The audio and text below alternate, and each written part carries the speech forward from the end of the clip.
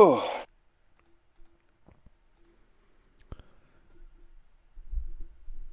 Alrighty, good afternoon, folks. Welcome to Smudcast number 262. Why we need more, capital more, video game remakes and remasters.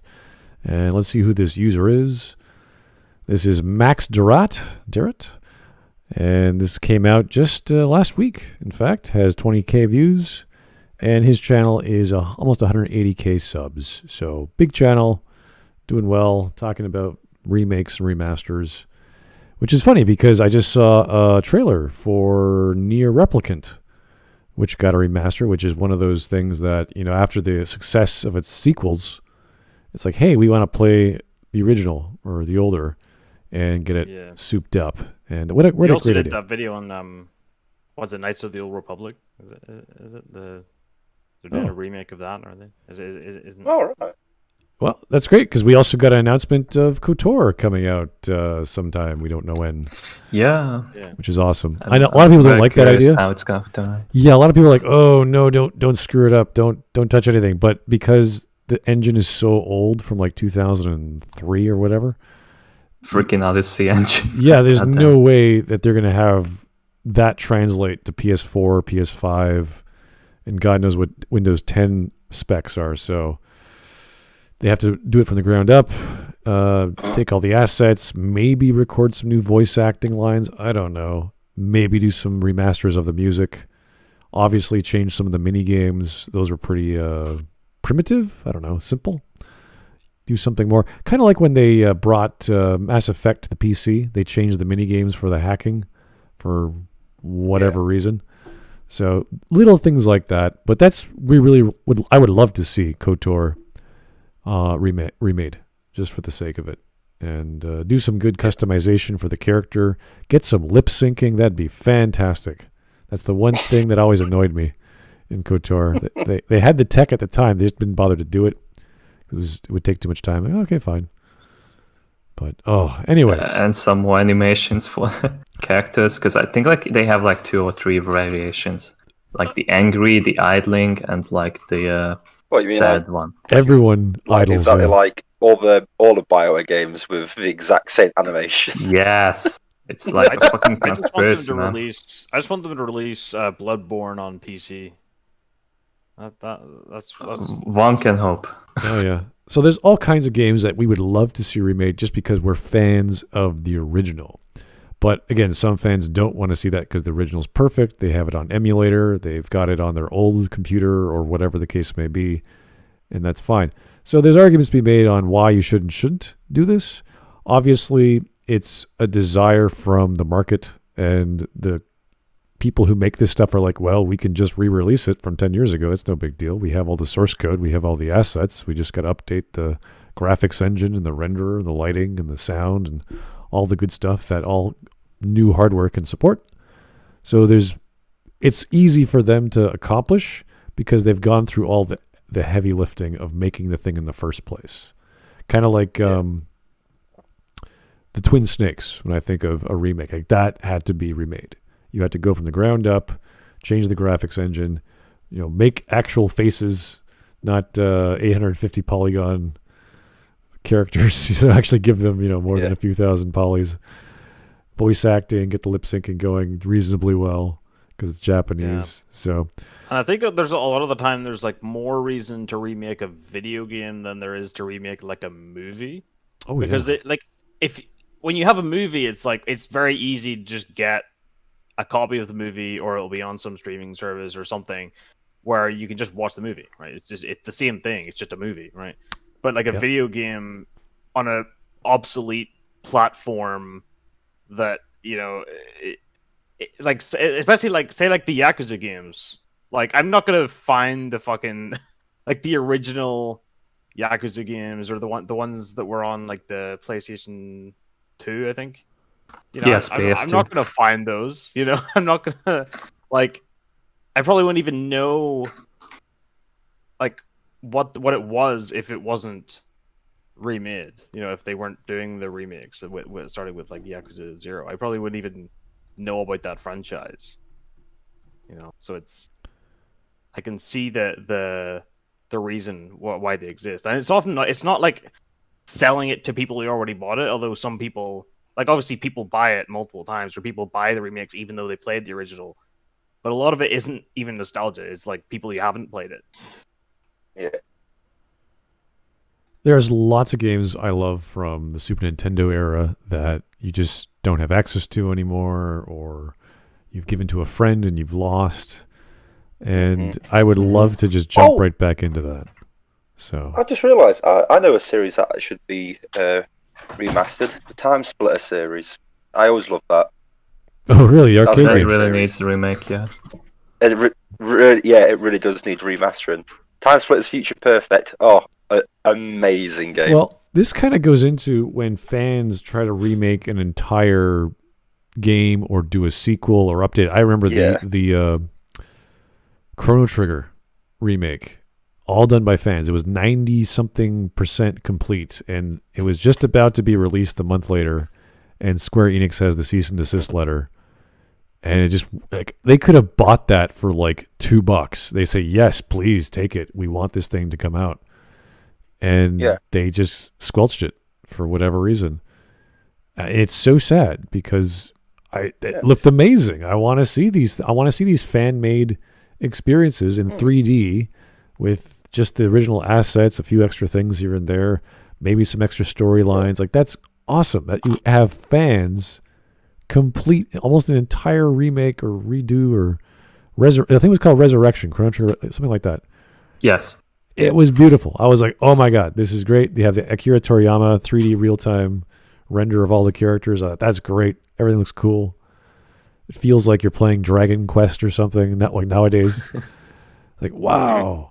And it got squelched. So there's I really all like kinds. the DS remakes of the Dragon Quest games. They're fun. They're great. They're little my games. childhood, man. Yeah, that's my brother. Dragon Quest 4, Yeah. I think, is probably my most like nostalgic one. The Chapters of the Chosen. I played 4. I like that game. I remember 4 because you get to customize your own party before you start off. I think 4 is the one where it's kind of like Octopath Traveler, where there's like you have the separate story with each like party member, and then you gradually meet up. And one of them's like the innkeeper. There's like Alana, there's the twins, there's all kinds of other weird characters I can't recall. I think you get at like was it a cart? Not a cart. It was like a wagon. Yeah. You have like a wagon that you travel around on the Wii map. I remember that. I love that game. Beautiful little RPGs in the beginnings of JRPG-dom, where they were figuring out all the mechanics. Like, oh, this could work well. This sucks. This is stupid. So all these fun. I remember the shop Talon. That was the funniest character at all. The whole game was Talon. He was the shopkeeper, and he would randomly trip and then a critical hit because he was falling. He had a gun. It's like, what? It's kind of funny. Companies kill these projects instead of buying, because that would just open up more legal problems, or at least they fear that. And you would open up a Pandora's box of a fan culture that is just unforeseeable what to do with that. You would have more projects coming up like these, and the other thing is why they let them get to like something like 90%. That is simply because most of these projects die pretty early on and just disappear on their own. So they only act on the ones that get to completion. And it's certainly not nice for the fans. Yeah, and these guys, what the company sees. In that example, they didn't want any money. Like, they just wanted to make it because they were such big fans. And if these companies, these publishers do not adapt to the times of people having the power, now that we have the hardware and the software and the licenses to make free stuff from like Unreal Engine, you can make your own games for free until you start selling it. The licenses are competing now. So all the publishers need to do is realize, we should probably go to the fans and start publishing stuff. There was also a pretty good fan game for Pokemon Uranium, with all new Pokemon and everything, and at the end Nintendo will shut it down. But it was pretty good. I'm not telling you you shouldn't do illegal things. But I have heard that it's still around on the internet somewhere. If you would fish in the seas, Breaking the law. Or like what but I would think you fishing in do? the seas is verboten. What would you do if like they never release like a Japanese game to the West ever, and somebody translated the thing, and the only way That's to how like we access the game is to just like go to like a Japanese console and download the game from a Japanese. Yeah, but card, pretty much. that's the only way we got to play Secret of Mana 2 in the West. yeah, that's right. Black Mother 3. Until very, very, very recently, through a fan translation on an emulator. Translation was pretty good. Yeah, it was. I'm amazed that people could have done that by decompiling the ROM and then rebuilding it with all the English lines. Like it's pretty. It's not easy to do that with the level of coding at the time. Without official hardware, you mean? Well, that too. You're doing it all through a simulation of a dev kit that never existed for these people. Mm-hmm. So it's pretty weird. They made it themselves. Yeah, they made it themselves. They had figured out the chipset. They said, okay, well, we'll just simulate that through our DirectX 6 or whatever the hell they were using at the time. And it's like, wow, that's crazy. And now we have emulators for ROM like... hack culture is really, really there. Yeah. Same with Dreamcast. Same with now we got emulators for phones, which are basically computers. So you have to have a really sweet rig to emulate another sweet rig on your box. Like I can't remember what Nox is one of those players that can just emulate a variety of Samsung devices or Galaxy tabs or this or that. So it's going to happen, and we got to embrace it. And if there's a publisher out there with lots of money who just wants to make more money, usually the right thing to do is, okay, we shut down your project. Very sorry, license problems, but do you want to work for us? That's what Sega did. They have like a Sonic game. I can't remember the name, but basically there was like a guy who kept making like fan games, and then like Sega approached the guy that like, hey, would you like to make a game for us? And that was like the positive side of these stories, I believe. Well, yeah, but then you have actual games by actual publishers that I think remakes were supposed to come out this year, like Prince of Persia. That got pushed back till March, and that got pushed back indefinitely sometime this year. We don't know yet. From The Sands of Time, I think, was the remake. So we had the trailer in November or whatever, and it's just like, okay, is this thing coming out? Like, we saw it. It looks good. So it's strange that they're just waiting to sell properly. It's probably fine. All these titles have been QA'd properly as opposed to other... Maybe it was the whole scare of Cyberpunk. I don't know. But it's like the biggest game of the decade, and it just get no QA, just kaboom. And, like the actual game crash of 2020 was actually caused by Cyberpunk 2077. I think the Stanley Parable is coming out this year as well, a remake. What? A remake? Why would you remake again? that? I don't know. What? I have no idea. I'm not a big fan of these games, but I'm just like going through all the projections of when they were coming out. I remember when it was just a mod. But yeah, Stanley Parable is more the one-time fun thing. Why remake that? What's the point? Well, I do recall Get it. the original System Shock, which is a Kickstarter, I believe. That's supposedly coming out this year. I've been waiting as I helped Kickstarter it years ago. I'm like, okay, it should have come out last year, but things happened. Yes, I have been keeping tabs on the System Shock remake, and it's been like in development hell for 7 years, 6 or 7 years, It's something like that. Yeah, but it's finally looking like a working thing because you can't even like get the demo. One thing to the quasi piracy thing when stuff doesn't release here. That's how we got most anime and manga in the West, through fan subs, solely through that. With the few exceptions that were on TV in Germany, the dubs were mostly very horrible. And of course, the few exceptions of European collaboration commissioned anime that are mainly famous in European nations. Like Alfred Jodokus Quack and the Maya DB, the original season at least. Those were essentially anime. They were made in Japan for the most part. Wonderful animation, wonderful stories made for kids, and but the interesting thing is that Germans never realized, or until much later, realized that actually these are anime and not cartoons. But there are a couple of these very, very homely ones. But other than that, the more standard ones from Japan, it's all fan subs.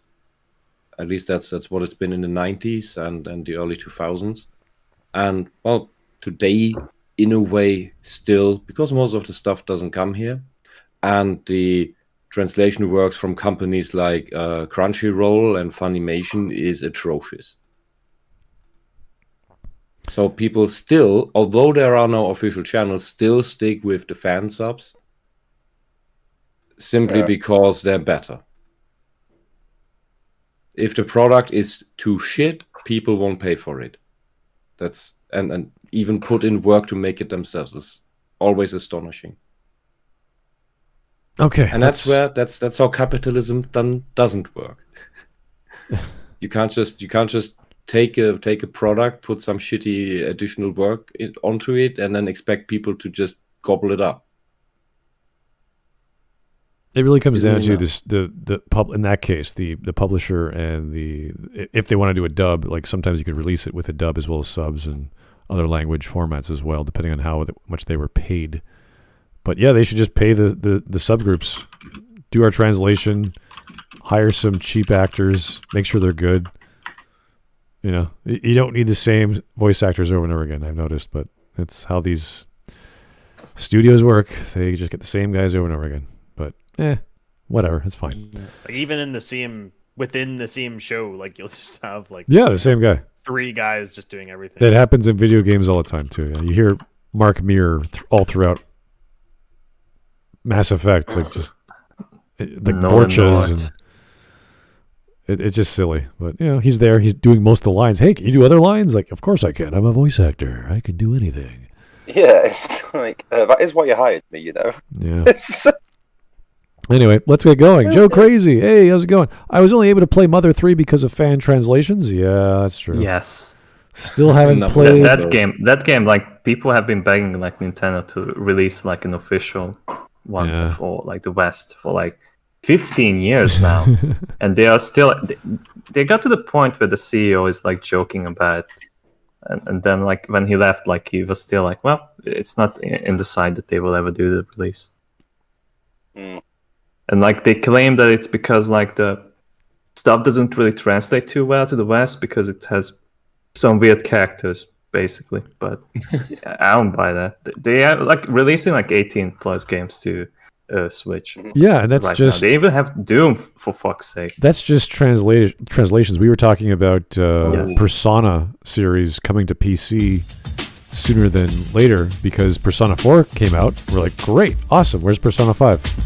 I would love to get Persona 5 on PC. There's Persona 5 Strikers, which is a spin-off, but I think it seems like it should happen at some point. If they can do Strikers, they can do the whole presumably goddamn series. Yeah, there's nothing stopping them, really. In the 90s, the argument from Japan was still very, very prominent that we in the West wouldn't really understand and probably be too dumb for the RPGs that they were making, which includes titles like Secret of Mana or Terranigma. That they initially didn't want to release these types, which is also why one of the reasons they didn't bring Secret of Mana 2 here.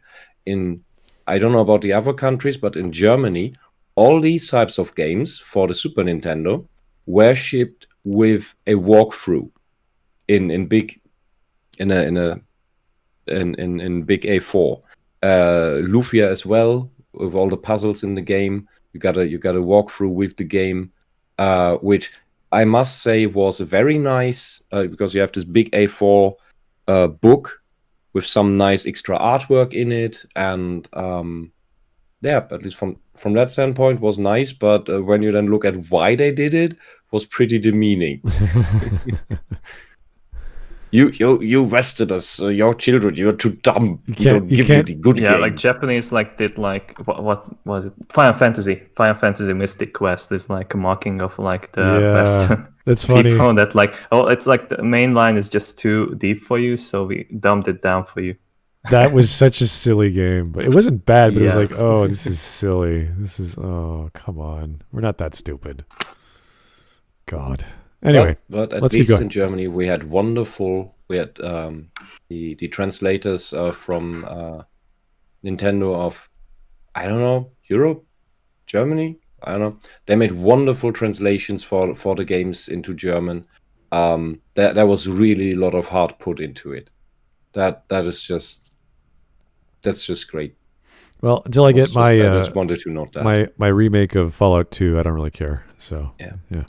In the 90s, there was lots of good translation works for games in German. Despite certain censor issues, and they kept the jokes alive, and jokes they couldn't translate, they replaced with still good ones that were different ones to keep the tone. And then you had atmospheric localizations.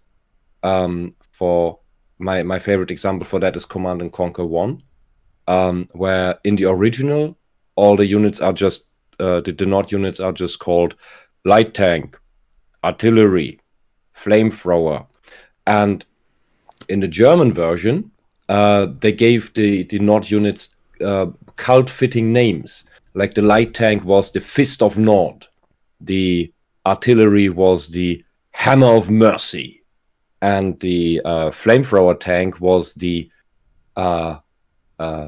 Torch of Enlightenment. And that gave it a completely different atmosphere. I was surprised when I first played the English version later on, that in the original they didn't have that. Thought it was a huge loss.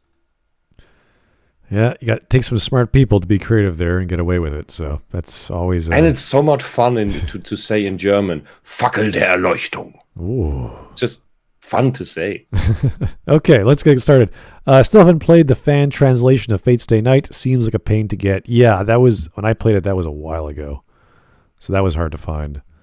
But yeah, they're out there because it's so popular. People want to play the original, and it's just not quite what you expect. So the art is not that great. Anyway, Francis Bordacopo, thanks for the donation. When it comes to games, if products weren't shit, people wouldn't pirate them. All I can say to companies is get good. Just listen. Nowadays, respond to your fans. You have social media, you've got email, you've got websites, you got phone numbers, you got an HR team, you got a PR team. Hire these people, talk to them. It's all you got to do to make your money, guys. Very easy. Like Gabe Newell from Valve, like he responsible for the Half-Life games, but basically like he said that like if you have piracy problems, then it means that like you have a terrible problem at like your publishing side. So, like people can't buy product properly.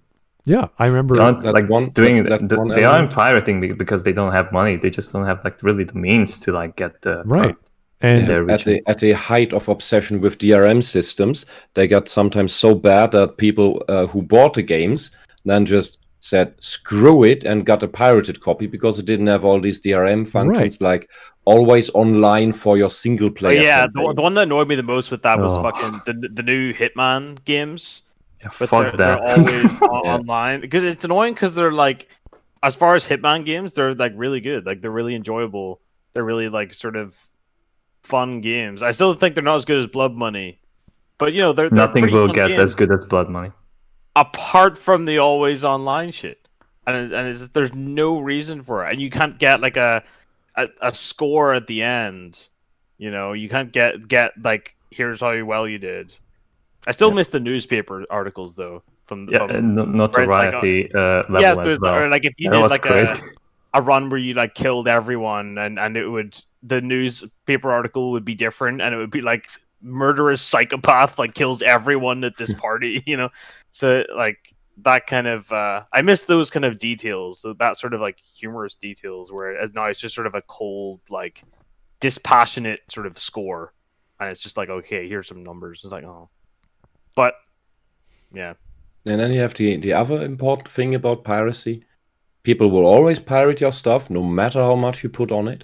Some games made deliberate decisions to not put any copy protection on them, like like Sins of a Solar Empire, which is a RTS mainly, came out over 10 years ago, I think. And they even wrote an open letter saying that all this DRM shit is just making things more complicated. It's horrible to code for, and fans get around it anyway. And when they really love your product, they'll buy it.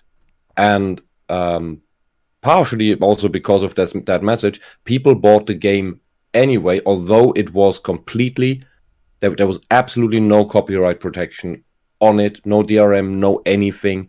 And you could essentially just copy paste it onto another hard drive and give it to someone else, and you could play it. And people still bought it pretty well. And the other side of that is, if the consumers, be it watchers of something, be it players of games, if they do not even pirate your stuff, then you failed. And that is that accounts, for example, for games we don't talk about that they even exist, like Command & Conquer 4. That game was so bad people didn't pirate it. Except for in the beginning to see how bad it really is, and then it just died down very quickly. Same is true for Star Trek Discovery. People don't watch it. No one watches this thing. This is the most expensive science fiction TV series of all time. No one watches it, and no one pirates it. All right. Let's go through two more super chats, and we'll get started on the video finally. Joe Crazy. Come on, Wisp. Crunchyroll subs aren't that bad. Sees Nagatoro saying sus. I stand corrected. Really? They did Nagatoro? Oh, God. If you guys don't know Nagatoro, it's a rom-com, but it's just not really that... Well...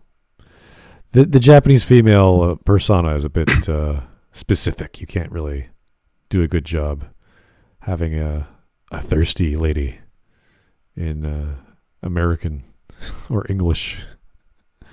Doesn't work too well. Anyway, Joe Crazy again. I would say be careful when listening to fans, otherwise you will end up in a Ruby situation. Okay, there's a difference between listening to fans to guide your production or to guide your sales, but rather ask them what they want. And there's a difference between fans and rabid insane fangirls. Yeah, just I was just about to say, yeah, there's fans, then there's Ruby. It's a bit like, no, they're not the same. They're not the same people. No, that's just okay. There's fans, and then there's shippers. Yeah, insane lesbian shippers are completely different to fans. I'd say they're fake fans. All shippers are fake fans. Unless you write your personal fan fiction, you can do with that whatever you want. Well, that's not what these people are doing. Okay. Well, let's get into the video. This is almost 15 minutes. It's a good video. I watched most of it. Lots of good stuff. Let's get going.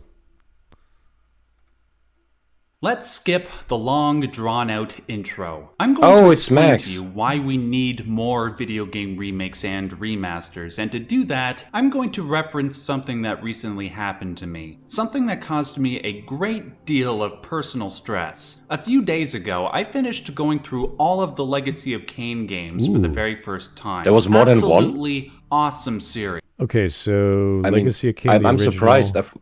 I didn't know there was another Soul Reaver. I thought it was only one game. Thanks for telling me. Oh, these are great games. These are so cool.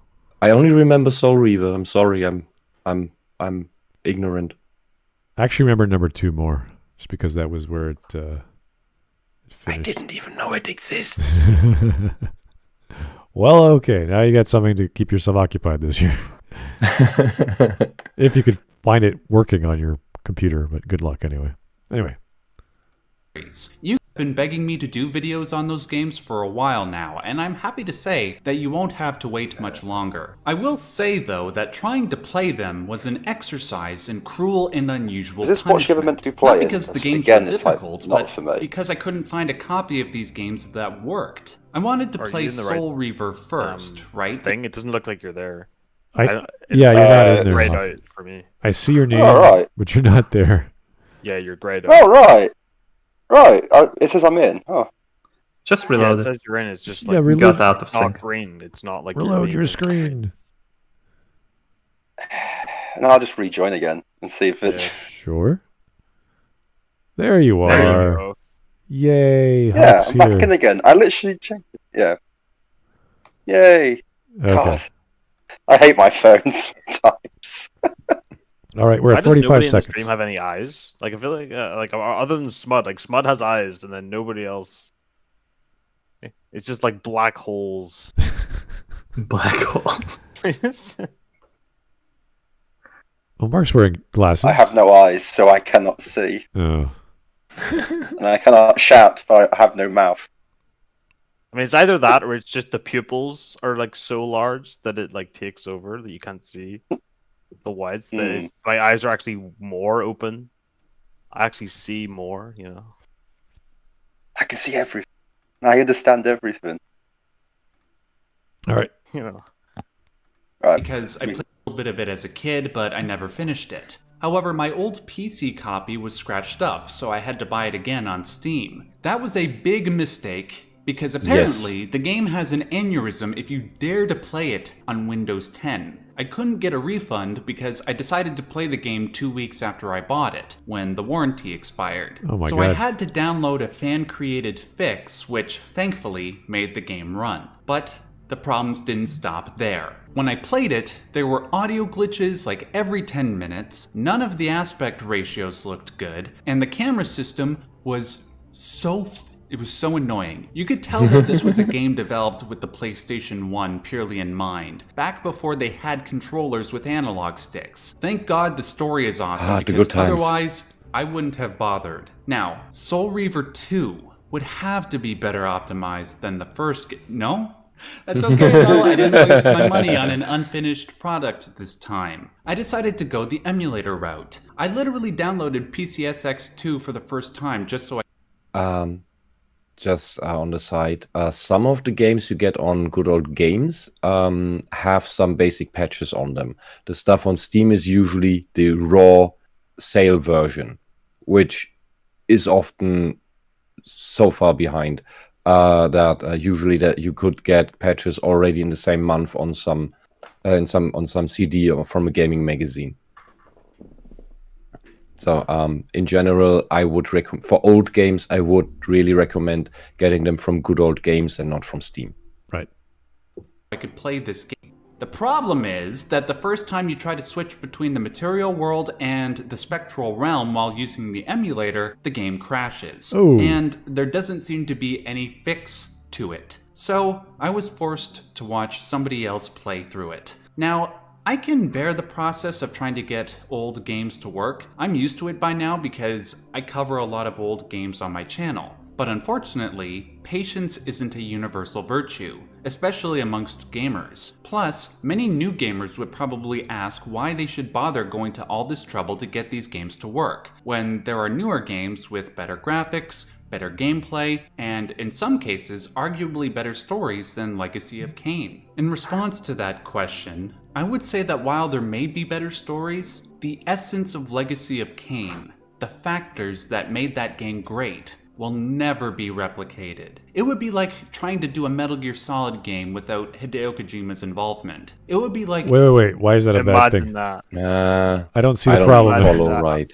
hypothetically. I don't follow That's, right. yeah, well, it's a Imagine if bad they did thing, that because how hypothetically. else would I be able to learn about socialism? Portable apps was done without come Hideo on. Kojima. The other thing is the old games in the original state have a very unique charm and atmosphere. They're designed with the limitations they had in mind to pull that off, and in order to create the same with redesigning all the levels with state-of-the-art stuff. I don't know. It might just look samey. I don't know. It's kind of like looking at the difference between what Marvel puts on the screen and what happens when you read a comic book. A comic book, because you have all the singular panels and your mind fills in what's missing between them, and you have the story run in your head. Well, and I see similar things with really old graphics where you get in a way he said it, you get the essence of the game, and the story still feels full in your head. Well, I'm trying to remember the Twin Snakes, which was redone by, was it Silicon Knights in Ontario here? I can't recall what they did, but there were a number of changes they made to cutscenes. And I don't know if you guys... all the cutscenes are different. Yeah. And Snake goes like full anime. Yes. There's like a sniper wolf fight, and like he does a backflip, and then like he gets the sniper rifle with his feet. Yeah. And then like he does 360 and shoots sniper wolf. He is a freaking ninja in this game. Yes. There's a scene where, I don't know if you guys remember from the original Metal Gear Solid, where you have to get the key cards a certain temperature. Yes. And you're getting the third last one, I think. And you're going to the room and you come across a conversation between Liquid and I don't remember who else. Ocelot. Yeah, I think it's that conversation. And in the original one, all you do is you just stand by the door and you just listen in. In the Twin Snakes, he does a front flip over the door, like for no reason. I don't know why he does this. So he Kojima. Yeah, well, I don't know. It was Kojima who thought this was a good idea? It was Kojima. Like Kojima was pretty much the director, and like the studio was like doing the commission. So that's how it was. It was insane. Like the door's open. He jumps over the door, the entrance to the door, to the other side of the wall, just so he could do exactly the same thing he would have done if he was on the original wall. It's like, what? Yeah, like, why did you do this? The original Metal Gear Solid is more grounded. Why? Why? It's simple. It's because that's what Karl Marx wanted. Oh. Yes. It's written in the Communist Manifesto. You must do front flips over doors to listen to conversation, comrade. This is how you break down the bourgeois.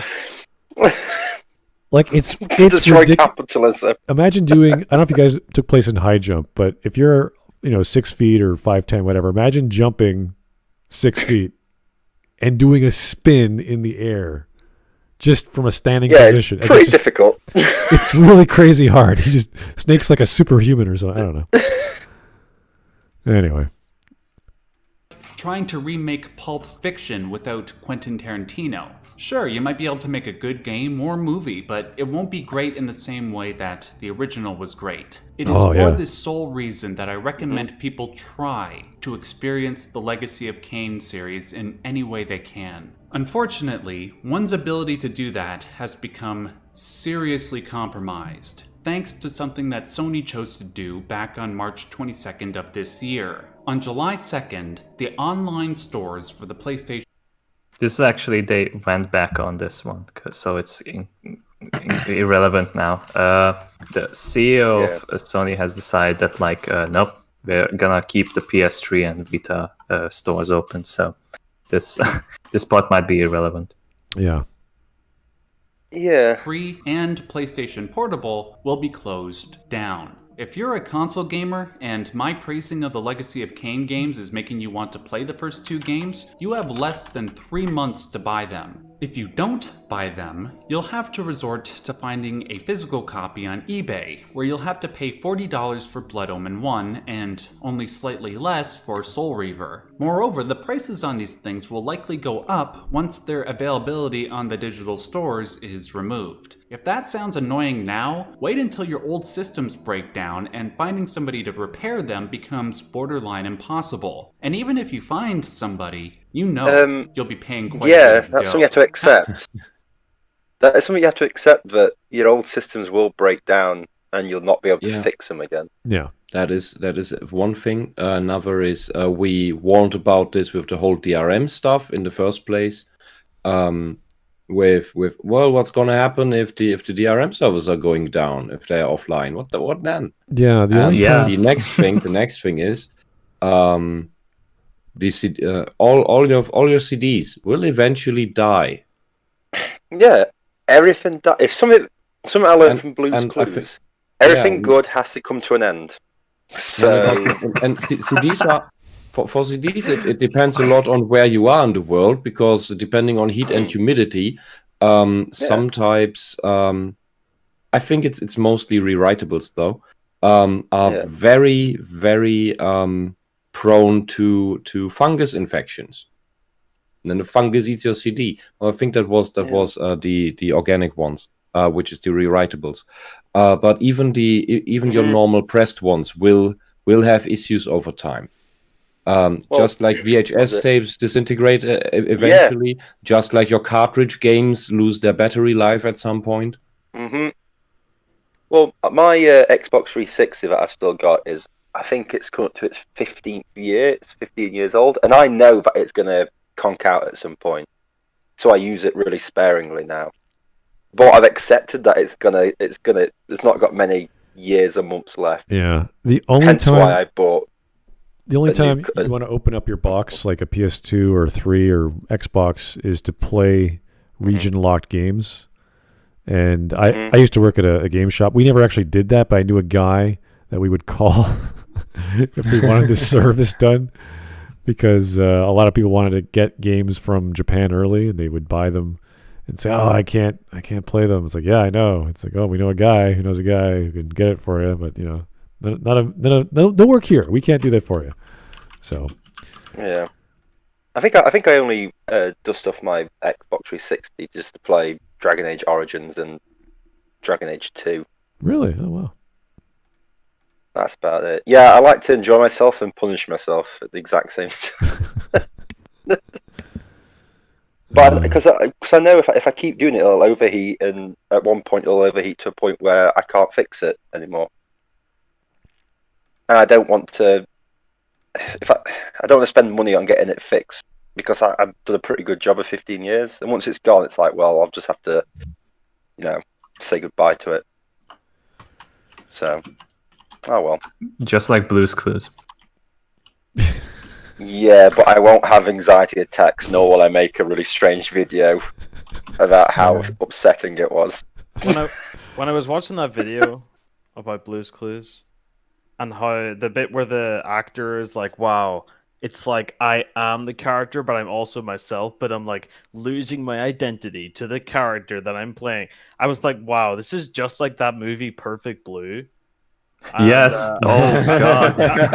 And I thought, hang on, Perfect Blue, Blue's Clues. It's all connected. Oh no. Perfect Blue was disturbing. Yeah. Blue's directed by Satoshi Kon. I mean, how many episodes per year were they shooting that he got an identity crisis? Oh god. Well, supposedly there was only 104. There's only 140 episodes where he appeared in. It's like, that's not a lot. So it's from 96 to 2002. 148 episodes. Okay, so that's 6 years. 94? No, 8 years. No, 96 to 2002. 96. Oh, 96. 96 okay, to 6 years. 2002, I think. But I'm not sure how much of that is. I don't know when he actually left. But I think it was probably towards the end of that, or probably like 2001, maybe. April 2002 is when he supposedly left. Okay. Wait, hang on. Hold on. No. We're not talking about fucking Blue's Clues. I've done enough of that already, to be honest with you. The only thing we learned from Blue's Remakes and Clues Remasters. was that we all grow old and die. So yeah, that's about 20. That's about 20 episodes per year. That's just a normal season. That's not even that much. I mean. Yeah. So how can you don't hear Patrick Stewart identity crisis from that? Yeah, you don't hear Patrick half the year you're not saying even that I'm having working. an identity crisis because I appeared in 177 episodes of Star Trek as Picard. Yeah. Am I Patrick or am I Picard? Who am I? What bold guy am I? Like fucking, stop telling me what to do. It's not like fucking Coronation Street or some shit like that. Yeah, we just got like there's like 150 episodes like a year. Yeah, that's just fucking insane. I don't really see the appeal of those kind of like soaps. There's No. it's just, Jesus Christ. Yeah, but guys, Well- it's all about the friends we made along the way. So Oh, I made no friends. I just made enemies and people I tolerate. That's it. There is no friends. Yeah, fuck There's Friends. not I a hate blue that series. fucking dog. Yeah, fuck Friends. Yeah, it's not funny. okay. Sucks. After enough has passed, the only option that will be available is emulation, but that's exclusively for PC players. In respect to the Legacy of Kain games, the most popular one is For now, Soul by the Reaper, way, with for now. only 1.5 million people having downloaded the game since the release of the PS1 and Dreamcast emulators. Many of the people who downloaded this game are likely people who are pre-existing fans of the franchise, meaning less than 1 million PC gamers have tried to get into Legacy of Kain since it was available for emulation. To be frank, the legacy of Legacy of Kain is close to being forgotten. Okay, close Frank. to being lost in time like tears in rain. Millions of gamers the world over will never experience some of the greatest writing in the history of the medium due to outdated graphics, archaic mechanics, lack of availability, and a solitary focus on what is new by both gamers and developers. You know what? When I was in game school, it was like early 2000s. Someone had a PSP and they were playing Chrono Trigger on their PSP. Don't ask me how that worked, but like people will figure stuff out to get something to run that they love. So whether or not it's official makes very little difference, but the fact is the publisher should buy that stuff from the fan-made garage solution and say, "Okay, we're going to make that real with today's Yeah, tech." I think that's so much better than like, we're gonna sue you into the grind. And there's The also Nintendo some licenses that are somehow lost to limbo or time or in between or whatever. So it's even if you wanted to make a remaster of something, you couldn't because you couldn't get to the license in the first place. There's actually fun. I've actually got a story about that. Was it Hitman Contracts? Was it? Is that what the game was called? Yes, that's the Hitman game. Yeah, they tried to make a remaster or remake of that a couple of years ago, but they couldn't get the license or something for one song in one of the it's the bike bar the one in the Netherlands. There's like a rock pub. Yeah, it's called it's a song called Immortal by Clutch, which just happens to be my favorite band, and everything. But the reason the license didn't work, so everyone was like piling onto the band, and the band's like, well, it's not us, it's the label. Like because you obviously signed for a label, but the label no longer exists when they were doing the remaster, so no one knows where the license is or who it's gone to. So they had to get round it by Clutch redid the song and made their own license to put it into the game. That's for real? Holy shit! Yeah. Because I remember that like they didn't release the game for like a long time on Steam. But this is the reason. But it was a bit like, well, you can't get the license. Well, we don't know where the license is. We'll talk to the label. The label doesn't exist anymore. Who do we talk to? I don't know. We're like harassing this band. We're like, we're on tour. We have no idea what a game. Okay, sure, cool. Shall we make another song? Bored assassin with this music. Yeah. Hey, here's Francis Ford Coppola. Thanks again. The Steve actor, also known as his real name, Steve, probably thinks a shrimp fried the rice. Okay. Did I miss something? I think I did miss something, yeah. No, you can't possibly expect me to believe a shrimp fried this rice. Oh, and did he use paprika? Paprika. Paprika? Yeah, Let paprika. alone an egg fried this rice. There's no way. Oh. There's no way an egg fried this rice. I don't believe you. There's another variant that is It's in part related to the license issues. For example, about Sacrifice, which is a wonderful, beautiful game from the late 90s. Oh, I love that game. Yes, and there is a very dedicated fan community of private, coders, developers, whatever, who are rebuilding the whole engine from scratch. Ooh. And they're working on it, and getting ahead, and they're playing all the time. It's a small community, but very dedicated fans, and it is one of the gems of my childhood. If you don't know what it is, it's it's one of the rare games that try to pull off a third-person real-time strategy game, and was semi-successful with pulling that off and giving you terraforming type epic spells that would wreck the landscape and allow you to customize your set of creatures and spells according to the gods you choose and mix. And it's just it's wonderful. You had Tony J, you had Jennifer Hale, you had Tim Curry, like these amazing voices throughout it's so cool. That as well. The story is amazing too. The 5 gods in that story are just wonderful people, wonderful characters. The Earth God is a play on Earthworm Jim, for example. Alright, that is a game. And the thing is with Sacrifice is they could have had access to the actual source code, the original, but it then kind of got lost. No one could find it anymore. So all that still exists is the copies of the game that are floating around on the internet, and that's it. So when the original data gets lost, then what you gonna do? You have to really rebuild the whole game from scratch if you want to make it state of the art. Oh, how about that PS4 game, the Silent Hill game from Konami that they've never released? It was by Kojima, I think, also, and there was only a demo.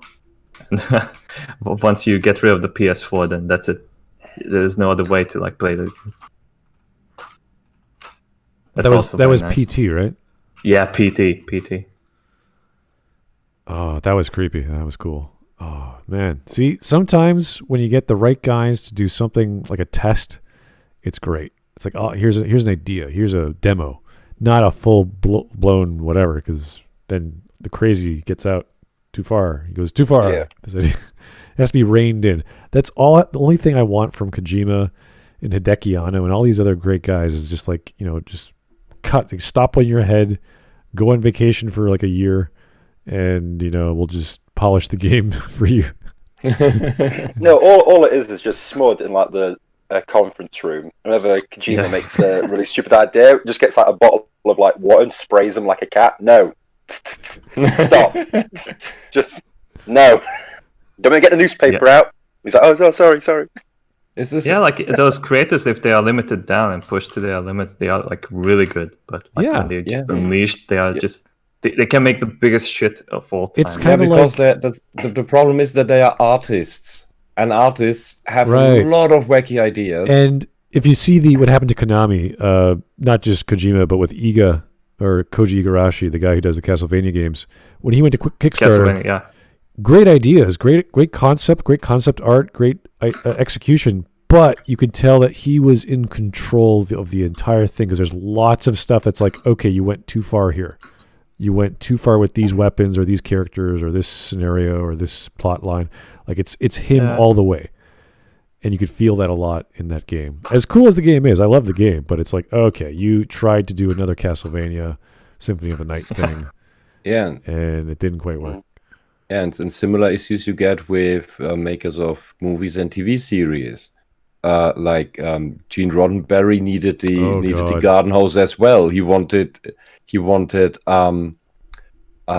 tunnels see-through tunnels in the corridors of the Enterprise where dolphins were going through the ship that were telepathically or something communicating with the crew. See, that's great. I actually know that story because they made a novel on one of his ideas, and I think it was called Devil's Heart or one of the other bigger Peter David novels.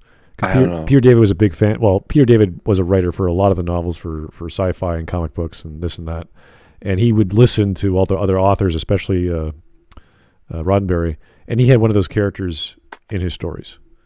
And a flying dolphin, essentially. It was like an anti-gravity dolphin. He was in this bubble of water, and he was talking. Yeah, it was really cool. I was like, what? This is nuts. Like, can you imagine this, watching a CGI dolphin running around with Enterprise in TNG? You're like, holy crap, how the hell would that work? I'm still imagining the water tunnels in the corridors. With the dolphins going through, and then the Enterprise gets damaged, and all the water is leaking out, and the dolphins are floating into space. They didn't even do that. Can you imagine like a Borg dolphin? They did not even do that in Sequest DSV. They had a pool for the dolphin, not an entire wall of water. Wasn't that in the Simpsons game? Wasn't there a fucking level where the dolphins were all like super intelligent and were like taking over? Yeah, because it's taken from the Halloween episode where the dolphins take over. Oh, yeah. All right. Yeah. Sorry, that just made me think of that. I was like, oh yeah, dolphins. Mm-hmm. Well, if Star Trek TNG was more like Farscape, I think we'd have a really, really crazy first season with Roddenberry. Oh my god. The first season is already crazy. TNG. Oh my god. I loved it. I loved it. We could do what? Roddenberry was less included. If Roddenberry had that kind of like power to like we could do dolphins and aliens coming out of the walls. Oh my god, yeah, that'd be crazy. You could just imagine everyone else in the writing room just going, wait, what? But honestly, like you look at like the TOS, like there were like three concepts for like a pilot for the TOS series, and like one of them was like the cage. The other one was the guy with the godly powers, and then there was the one where they go to a planet where they pretty much have the people of the US as almost like cavemen, and the Asians are like the communist China or whatever. And then Kirk reads the Constitution to them. Oh god, like But the and cage that was was great. supposedly the pilot. Wow. Oh god, no. But the cage was a great one. I loved that. Cage is good. That all the changing sets. They were really trying to show off. Look, we have all these different. We can make all these different sets. We have these different ideas and genres we can play out, and all woven into a nowadays classic sci-fi story. Yeah, and the executive said it's good, but just less women. Like okie dokie. Beast. I love how the women wanted with that one girl, the yeoman Chambers, or I can't remember her name, with the beehive blonde hair. She wanted to show off her dancing legs, so she wore a skirt, and she was so adamant about that they let her do it. Just the greatest argument for feminism of the time. I'm a woman. I am sexy. I want to show off my thighs. You're like, oh, okay. I mean, we're in space, but I guess. All right, sure. Go on then. Yeah, all the guys are like, sure. I guess go to costumes and we'll fix that up for you. And the guys are like, yes, we were going to ask her, but now she wants to do it on her own. Yes. It's funny. Anyway, let's get back to video games. Does this mean that Legacy of Kain and other games like it are doomed? No. Not necessarily. This is where the necessity of remakes and remasters come in. The Legacy of Kain games would benefit immensely from a remake. Unlike audiences back in the day who didn't support the series, audiences today are much more sophisticated when it comes to the types of stories they consume. If people can follow Game of Thrones and all its when did this video go? Is this recent? Yeah. 2020. A week ago. Last week. This year? I don't think he means until the shitty seasons, I think he just means the general level of complexity. I mean, I guess. I mean, Game of Thrones, it wasn't any more complicated than something like, I guess, like The Sopranos or something, you know? I mean, Like, the thing is that, like, if you want to, like, approach normies, then you have to bring that example up. Yeah. That's how I see it. And I think, like, he has a good idea of how to do that. I don't know, yeah. Yeah, it's a good general example, yeah. Like, if you say, like, Lord of the Rings, they might, like, say, like, Well, what's Lord that? of the Rings is, yeah, but it's not really complicated. But Yeah, Game it's not. of Thrones is very obvious that it has several storylines that are going in parallel and sometimes crossing each other. And yeah, I have fans who have read the books and they forget half the stuff they read. There's so many characters; it's hard to follow. So, unless you're a super it's like fan, reading a history book. You have to take notes. it's and there's a glossary at the end. It's just they still can't remember. It's just hard to follow everything. I kind of started to read them, but I can't. I feel like he's not going to finish it, and it just feels like He's not. oh. He's never gonna finish it, I'm sure of it. I feel like there's so little motivation to finish it, which is why I'm reading The Wheel of Time instead. I don't know. Okay, If I was him, here's- I would just be doing that all day. That's all I would do. Here's our take. He already has it finished, and he has given instructions that it will only be released if he dies of a natural death. Oh, What? he's that egotistical. What kind of bullshit is this? I swear to fuck. He wants to be famous. Where you can make a fucking story about, like, say he's got like the manuscript of it, whatever, and you can make like a story of someone trying to, like, a heist of like someone trying to get the manuscript so that they can release it after. Oh no, that's not like, that won't be possible because he probably hid it in at least 6 different places. Parts of it, like the Gulag Archipelago originally. It's like the Infinity Stones. So you have to find different them. And there's every time you bring find them one, together. there's clues where you find the next one. Yeah. Wow, Whisper's got this whole conspiracy thing. It's most likely. No, It's most likely he hasn't actually wrote anything. It's not He's a actually got his hands conspiracy. in It's the if cheese it's book. all conjured up by one man. Oh. This man is crazy. He's a nerd. He will probably build a dungeon with traps just for people to explore and probably die as they try to get the real book. And at the end, it will just be a hint for the manuscript is in another castle. Well, No. since Dunn is not here, I have to constantly quote Brandon Sanderson. Just give it to him, and you'll get it there. So. Yeah, I feel like he's very different to the way George R. R. Martin writes, though. Like, Oh, yeah, he no. was kind of. He'll get it done that though. far off Robert Jordan. Like, he wasn't. He was different, but he wasn't. It's not that far off. Like he's a he's a guy who will read the original source. He'll figure it out. And say, okay, I'm going to do this, and this is what's going to happen. And I'll get it done in 3 months or whatever. He'll do it. Yeah, and Sanderson is someone who respects the original author of a series and tries to stay within that general feeling, although he knows that he can't copy the style completely.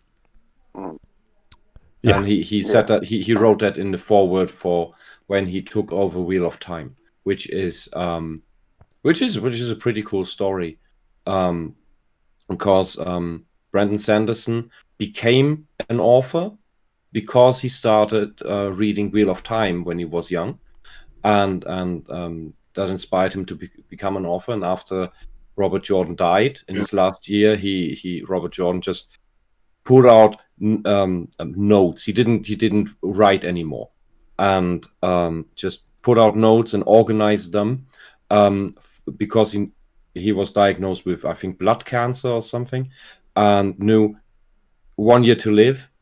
So he only checked up that everything's ready, then gave his wife the instructions. Okay, when I'm gone, you will decide on an author that you like, that you trust, can do this. I trust you. And she then called Brandon Sanderson because she liked his stuff. And, well, he got a call. And, of course, first couldn't believe it. So he mulled over it for a while and then took up the job. Got to the notes and said, because it was planned to be just one more book. Yeah, it's too much. And he said, "I'm sorry. I really wanted to. This is really not for fishing money or anything. It's just so much. It's so much, and it's so many characters, and all the strands are still so. I have no idea how to compress this." And the ending was already written by Robert Jordan. That's original. So he just needed to connect to that somehow. Mm-hmm. All right. Sorry for the That's okay. thing, but it's a cool story. It's how you should do it. Yeah. Yeah, I just think Brandon Sanderson's writing style wouldn't really fit Game of Thrones the way it would. Yeah, I just don't know. I think it's a little bit too different. I think it would be kind of jarring. There are other people I recommend, but I think he'd have enough discipline to figure it out. Like Terry Brooks is kind of like the Tolkien light, just because. I mean, would maybe Joe Abercrombie, maybe? I don't know. Possibly. I don't know. I'd have to research some of his stuff more, but hate me for it, and I only based this honestly, on the first books of the what was it called? His main series. Which one? Something with I have it on the bookshelf in the other room. Who's that? From the Terry Brooks is his Shannara. Shannara, yes. I only have the first 3 books, and I hated the writing style. It was detestable and flat to me. Maybe he got better later on. I don't know, but I couldn't. It's American. It's obviously not British or European. It's definitely American style. Yeah. Punchy. And I had a similar experience with Robert Jordan when I read the originals. Really? The German translation's bad. But it wasn't when I read the originals. The German translation has stuff cut out of it, and others added in that aren't there. That was the first translation by Karin König. And when I learned Germans this, usually cut stuff out of their books. They usually cut out pages 14 to 18 and shut up. 45, don't they? Yeah, shut up. But when you don't know how to translate something, oh god, yeah, that's pathetic. But she even added paragraphs that I didn't find again in the original, and because there were scenes that I clearly remembered, and then when I read the original, I think, there's something missing here. There are details missing here. There were way more details in the German version. What the fuck's going on?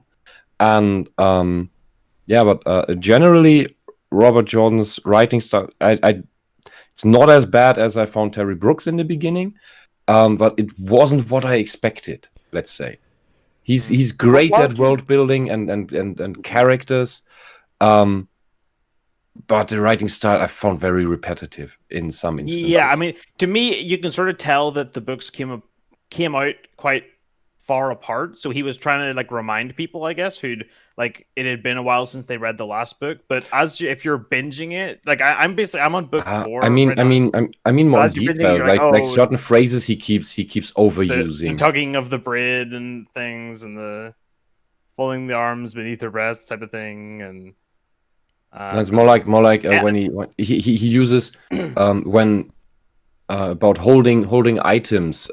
He often writes holding it just so. He uses that line very often. Yeah. It's stuck and it stuck out to me. I think also every time he mentions what is it, like Sidene or Sidar, every single time he says which that's just male or female, every single time. That's more like female side of the true source, and and it's every single time. No, it's once per book. Once per book, he is reiterating everything as if it's the first book you're reading. Yeah. That's somewhat understandable. I don't like it because if you have this big of a series, you're not going to start reading this series with Lord of Chaos or Fires in Heaven and think, I'm going to keep reading this. You just think, what the fuck is this? I think it sort of it feels like the friggin' Sailor Moon transformation sequence, sort of, where it's it's like the stock footage of this sequence that he's just gonna play. He's just gonna insert that to fill time where he's just like, okay.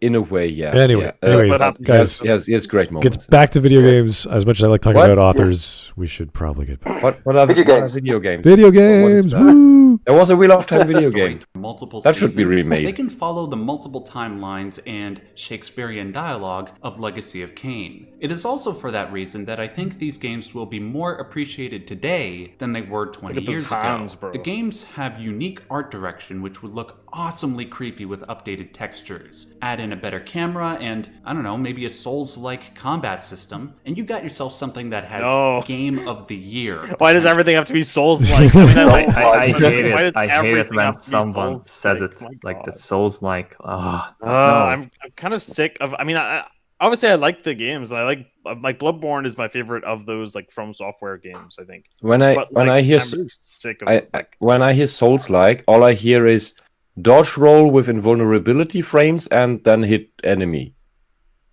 I guess. Yeah. I mean, Edgy Zelda. Yeah, but it's kind of it really annoys me that there's no like. It seems that there's so much of that, or like that's like just the default style of combat and so many things that they just go, oh, we're just going to do that because that's the thing. Like I feel like you don't get that, like stuff like the old God of War games where it's like really, really flamboyant and over the top, like as it should be and stuff. I mean, I know a lot of people really. It gets so much praise. The new. It really depends because you're talking about Raziel in this case. What kind of character is he, or do you actually design gameplay mechanics and then design a character after those mechanics? And I think it's more focused on the character in this regard, as opposed to definitely the mechanics. Because this whole concept, this beautiful game, is about transitioning from the spirit realm and then the physical realm, and there's this distorted, weird platform, or the wall is now bent so you can go through it. Like that was the main gameplay element. So they had to work around that first, and combat was like a secondary thing. Yeah, what I would see here, more fitting would be the combat system and platforming from Breath of the Wild, because you have a very simple combat system. It's just you have just a couple different weapons, and it's very simple attacks. It's dodging, it's jump dodging with special attack, with the jump dodge, with the with bow in for ranged, and other than that, there's nothing complex about it. Nothing really complicated. Right. And that fits an action title. Like Soul Reaver, I think much better. Yeah. The gameplay was very it seems like straightforward. There was more variety in terms of like action games and how the combat was done, because it seems like now it's either like basically Souls style fighting or it's Arkham style fighting. Oh boy, it's basically one or the other.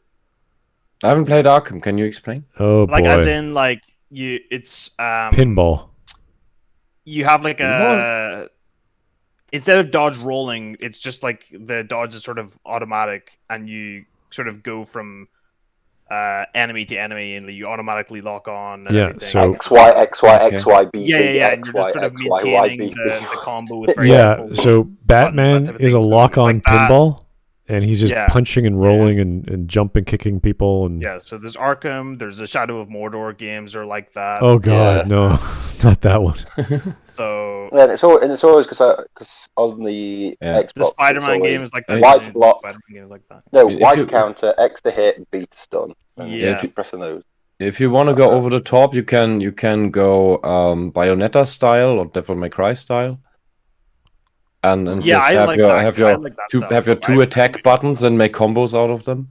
Yeah. I like that a lot. I feel like we need more of that. Well, those are very unique things in gameplay for 3D person real-time action, or platforming. Like, it almost makes it more. Why don't you just have like Dragon Age Origins, where you just press A and do a slight little attack? That looks awesome. I think that was slower than KOTOR. That's what the kids want. Yeah, the action in Dragon Age Origins was slower than KOTOR, I think. It was just like, oh. Yes. He's walking to Is him. it possible to be slower than that? It was difficult because I started out with the Aurora engine for Neverwinter Nights, and I hated it. I hated it, and all the other BioWare engines are iterations on that. Yeah, you're right. And it's why I didn't mind it. We because once tried to build our own thing on that, and I gave up when it came to making texture packs for the for the ground. It's the only thing I give BioWare for Dragon Age 2. They made being a mage more interesting than watching someone look like you're just poking a bad guy with a stick. Well, that's a general D&D problem. Well, if you're a mage in Dragon Age 2, it looks like you're doing some sort of parade dance in one spot. So you're walking down the street. What? Haven't you? Are we keeping score? Yeah, that's awesome. While in Dragon Age Origins, it's poking someone with a wooden stick. It's like one. Makes me think that if the new KOTOR game is actually gonna have the same combat system as the original. Oh yeah. Oh god, they're gonna put even more random number generators. Goddamn. Oh dear. Yeah, but I think the Breath of the Wild style would be fitting here. And the interesting part about that is that the most of the game is relatively easy, and then you got the optional enemies, the big semi bosses, if you will, of which the only relevant one in difficulty is the Lionel. And the first time you encounter one of these for real and try to fight it, that is, and as annoyed as some people might be by that, but this is the best comparison there. That is, you have this nice game for kids, for 6-year-olds, 12-year-olds, and then you run into a proper Dark Souls boss. That's just in the area. They're all rather separate, so there's only, I think, 2 that you can really run into in the open. They have an insane add range and several move sets that they can use. They can spit 1 fireball at you, a triple fireball. They can run you over from 100 meters away, charge you over. They're very big. They have giant weapons. They can have jump attacks that make the ground shake and stun you. They have, and if you are so inclined as to think, oh, okay, this is a melee enemy. Okay, I'm gonna crawl up the mountain here because this is the mountain crawl game. He gets out his warbow and triple shoots you with elemental arrows down from the mountain. That's kind of annoying. And then you think, okay, I'm gonna hide behind this wall here to make up a plan and gather my wits, and he doesn't see me behind here.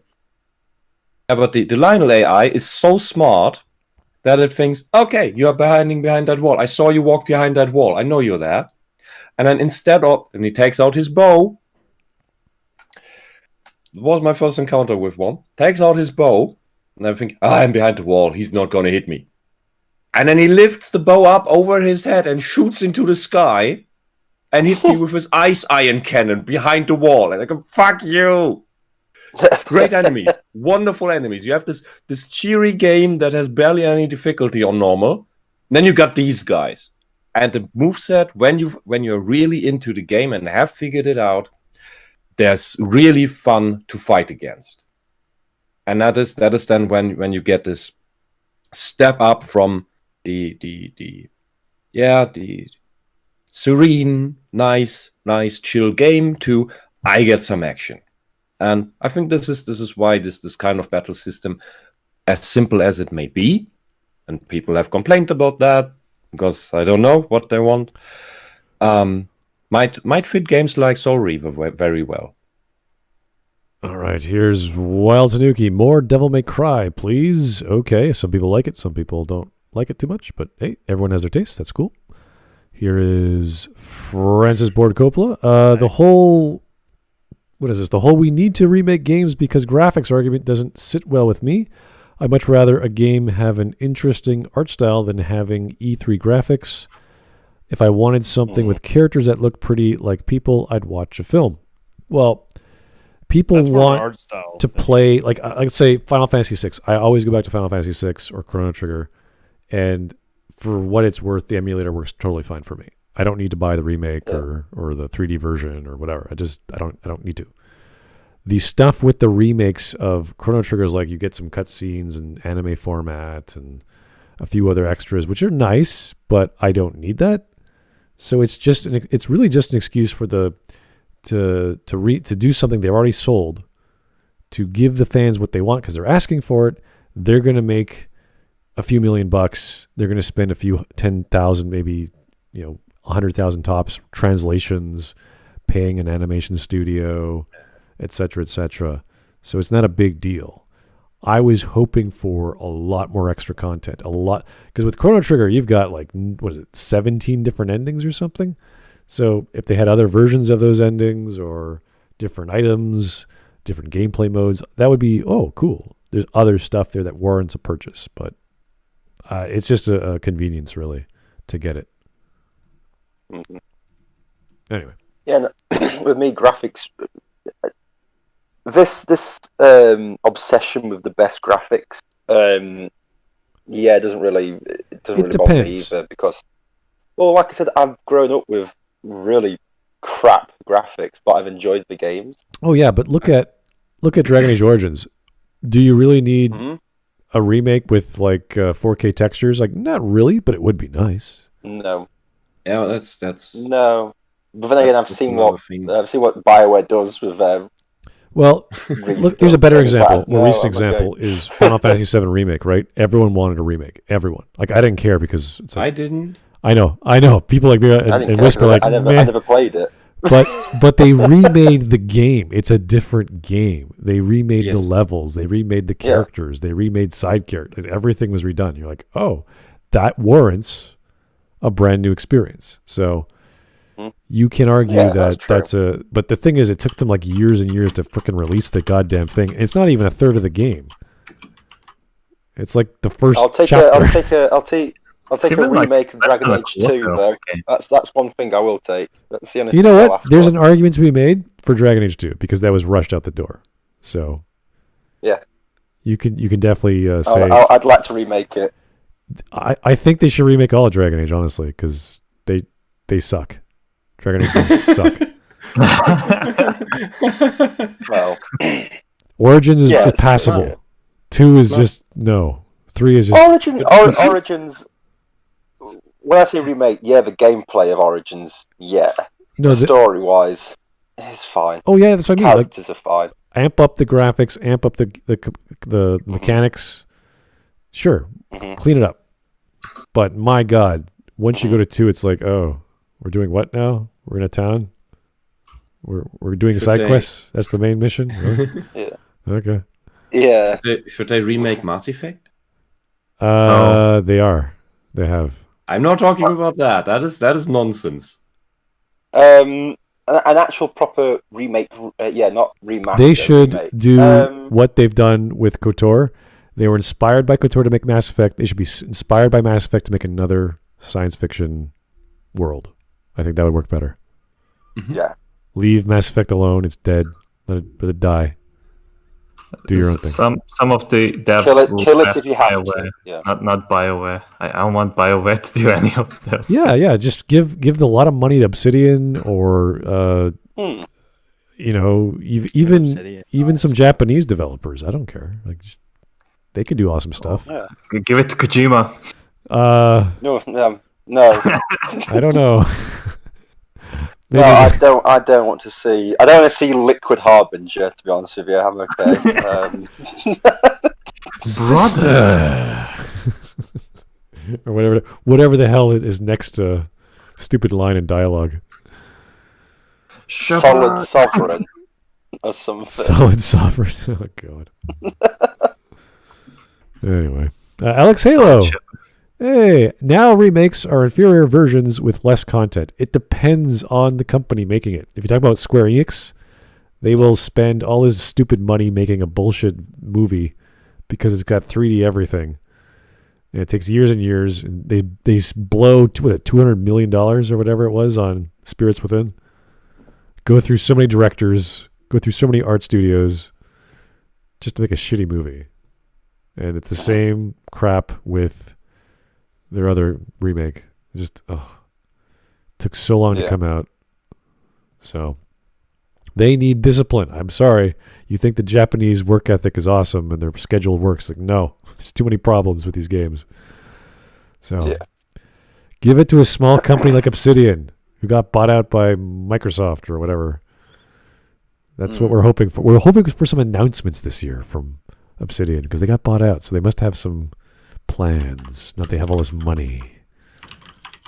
That's what I want to see. Oh, what about a remake of the Dead Space series? No, it's too early. How about finishing the Dead Space series? Yeah, well, that is true. Yes.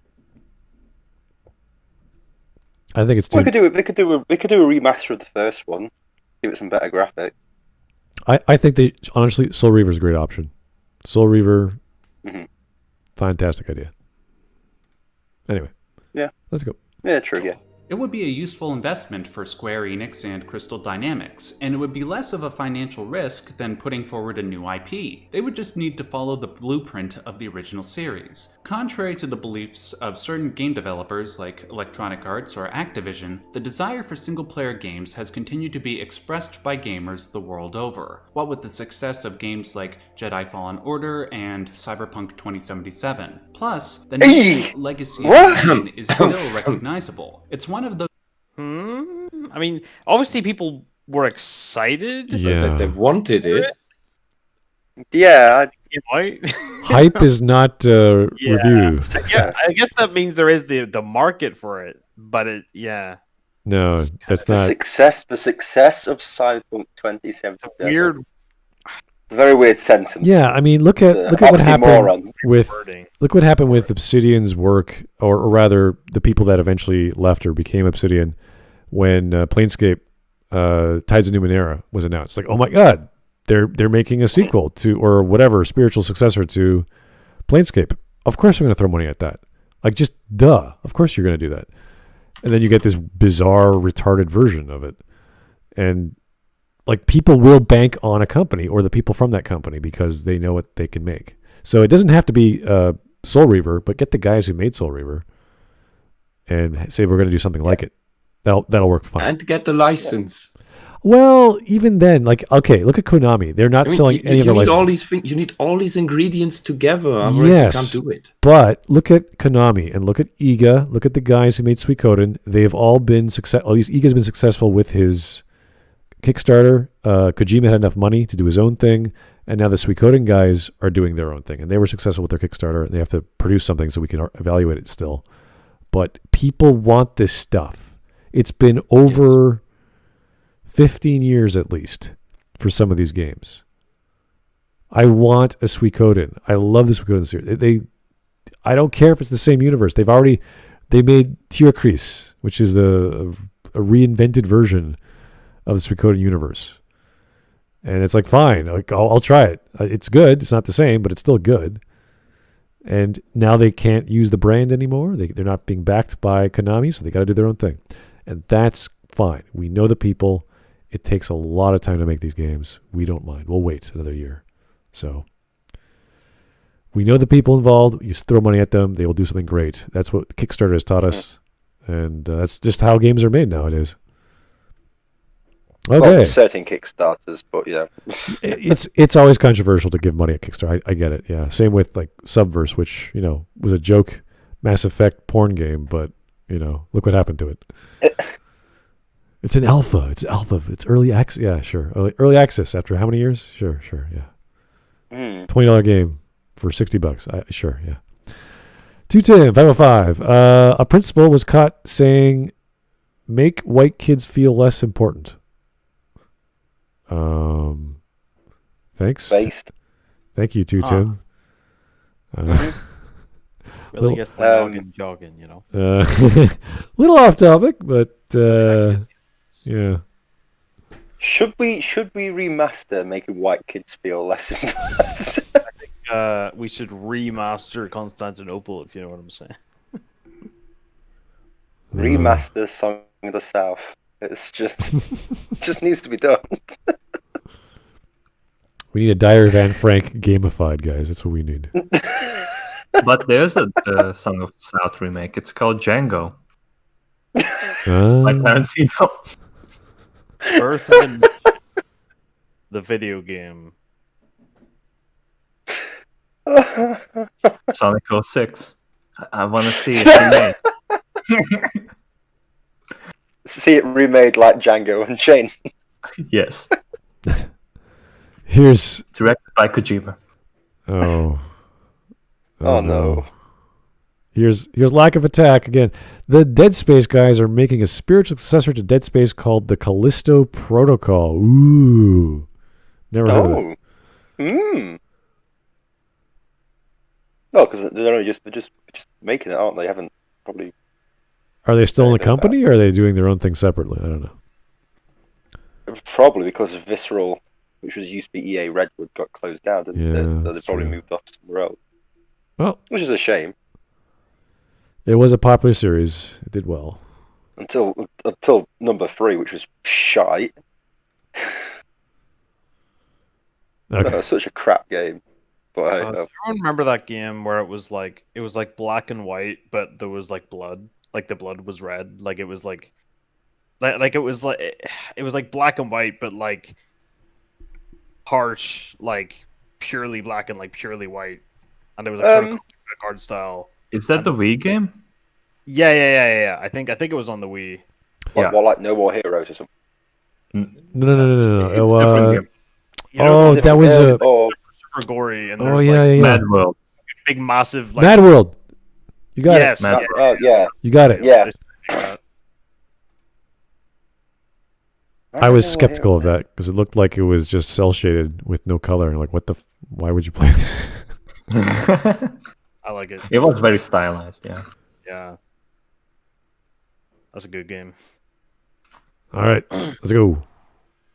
Those series gamers have likely heard of, even if most haven't played it. If a remake was released to good reviews, I'm sure millions would buy the game. Beyond Legacy of Kain, there are numerous games that would benefit from either a remake or remaster. Obviously, whether to simply remaster or go full remake would depend on each individual game and how outdated the graphics and mechanics are. A game like Final Fantasy X can simply be remastered and millions will buy it because the core gameplay still works to most people's liking. In contrast, a game like the upcoming Nier Replicant benefits from the remake treatment because the combat in the original game wasn't well received, even by people who, overall, like the original game. In either case, the game would be available to a new generation of gamers. Now, in order to strengthen my argument, I read every objection or worry that my viewers had about remasters and remakes. I think I got everyone, but if I missed any, please make sure to leave them in the comment section below. The primary objection seems to be evident if we look at the poll I posted. Though 85% of people voted in favor of remakes and remasters, half of the people who voted said we should still prioritize new IPs. I understand this sentiment.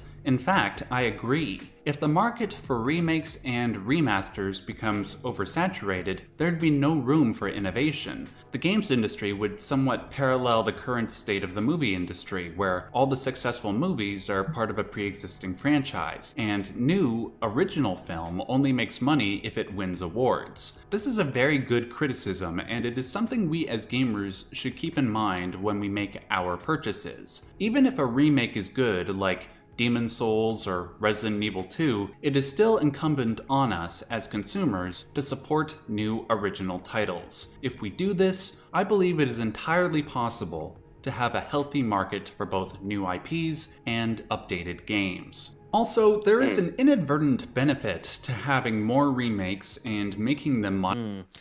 Do you think things like spiritual successors are kind of cheating? Yes. It's not a sequel, it's an original IP, but I mean, really? Yeah, I mean, look at Sweet Coding. Like as I talked before, Sweet Coding series, the Planescape Tournament, spiritual successor, all the Obsidian games that were kickstarted, those are all spiritual successors to what they were doing before, the Interplay style of games, and but people want them. So they don't. Yeah. So they don't. I think care. it's sort of original in like air quotes. It's like original Right. IP. Like, They still want the isometric view. They still want the real time with pause. A lot of them don't. They want the turn based now. I don't know why, because they're hardcore pen and paper people, or what. It's like fine, but that's not what the game is anymore. Like look at XCOM. XCOM 2 became its own beast, and that's its own. That's the standard for. Do you know what I missed? I missed the original Dawn of War game, the like Warhammer 40k game, the Dawn of War. I missed the original one of that because I didn't really like the sequels to it. You know, I they were just so different in terms of the style. I just wanted more of one, basically. But you wanted a classical RTS. Yeah. When people say spiritual successor, I would also expect similar gameplay and atmosphere, both. And sometimes you can't do it any other way because you don't have the license anymore. Pretty much, yeah. You're still the dev who made it, but the license is with some other stupid company. Yeah, that's what happened with Phoenix Point, which was the successor to, or spiritual successor to XCOM, because they couldn't use the license, obviously. And XCOM is still a good IP. It's still a good game series. And the creator of the original XCOM series made Phoenix Point, and he had some good ideas, but they weren't executed properly. So there's like two really good ideas: the aiming and the vehicles and bosses. Like those are good. Everything else is just bloated and blah. So there's a certain level of quality with these games because they're kickstarted, because they're on a budget. So they're not AAA. So, and when you compare it to the AAA, it doesn't compare. It just doesn't stack up. Sadly. Yeah. Do you find yourself playing like a lot of like original IPs? Have you played a lot of original IPs in the past like year? Not really. No. I mean, I played Hades. I like that. That was. I think Transistor was sort of looked attractive to me. I never got around to playing it, but like the things that that looks new, because the only things I will play are the ones I kickstart because I believe in them, and the stuff that comes out from studios or established places, I'm like, maybe not. Maybe I'll try the independents a bit more, just to see what they can do. Yeah. Here is Francis Bortocopoulos again. Thank you. This guy is full of shit. The first John Wick film made tons of money, and it wasn't part of a franchise yet. Films that aren't part of franchise do get money and are successful. That's how franchises start in the first place. Man's a nitwit. Okay, well, he's talking about. Yeah, he's. I think if you looked at like the list of all the movies that come out, you look each year and see which of them are part of existing franchises, you will see a trend. And I don't think it's just, it's actually always been like this, but it just seems like it. No, I don't think that's true. I think if you did actually a statistical analysis of it, you would see. The franchise is something that people are expecting, a certain standard that they got from the previous. That's all it is.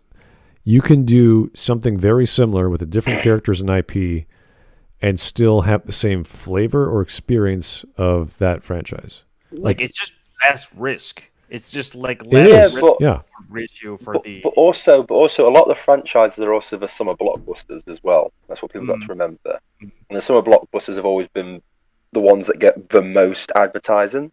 Yes, but I mean, also, at different times, there's different franchises. So, like horror franchises coming, like there's a lot of franchises of horror films now. Oh yeah, but what I'm saying is it might just be because of the advertising of the franchises that there's more original ideas coming out, but the ones that get the most advertising that people know about are usually the franchises. Maybe, but I think a lot of it is it's in how much money goes into them, in terms of like and how much money and effort. Like, there's only so many directors and only so many actors, and you know they can't necessarily do everything they want to do, and they might have to prioritize and go, well, I could be pretty safe by being part of this franchise. You know, I'd be pretty safe being part of this, as opposed to this. I agree, but it's also a bit like, I think a lot of things are like trying to start up new franchises, so they're just trying to find the new. Yeah. Everything's trying. I mean, that's kind of what the the problem with like the DC cinematic universe where they sort of like no. There's a lot more than just that. And then the whole monsters thing where we're going to try to start a franchise. You get all of these like attempts at trying to be a franchise, which is just sort of depressing. But it makes more sense in video games to do that because like it's less of a problem, I think, to have franchises in video games than in movies. You know, because I think it's you kind of want to see standalone movies. Like standalone movies are often like the best movies are often like standalone movies. But for video games, nobody will bat an eye at like whatever game like 7. You know, like nobody's gonna be like, "Oh, that's too many." They're really milking this. Right? They're gonna be like, "Okay, yeah, cool, another game in that. Yeah, cool."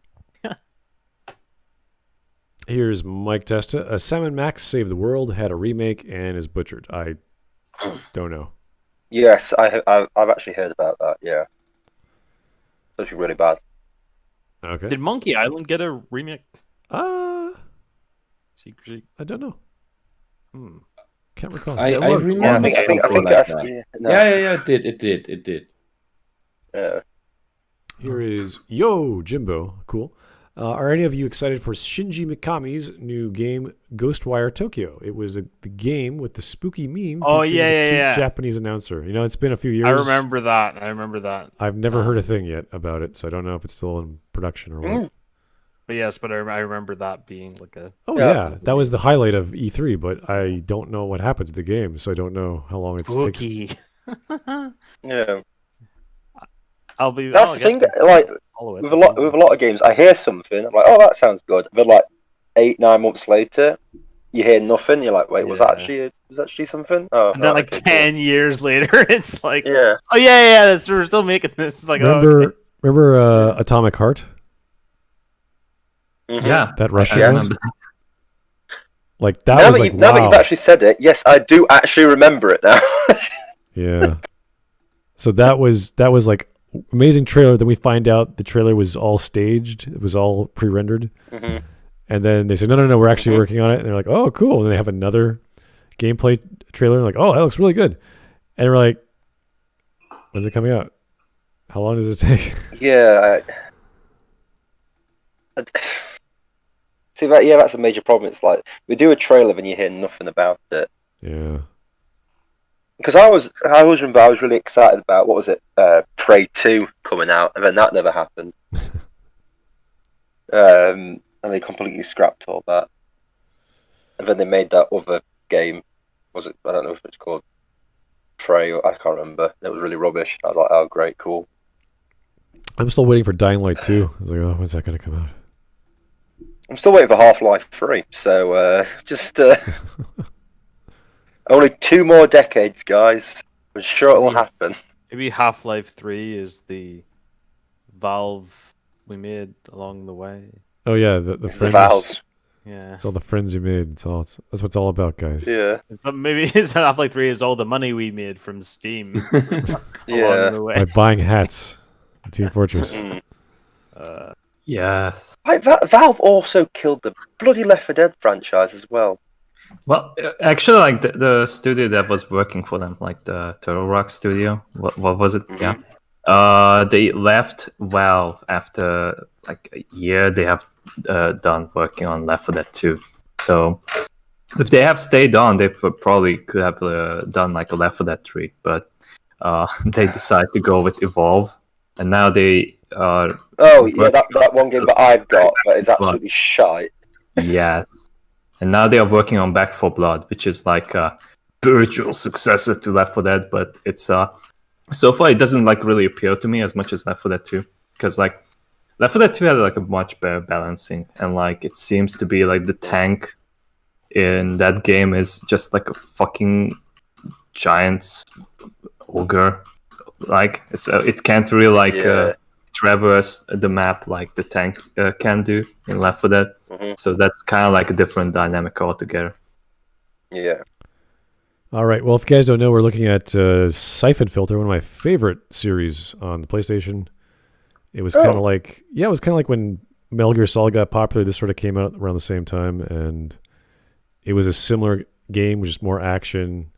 more accuracy. Like you actually had a reticule in third person mode, and you could switch to first person and do rolls, and it was great little game.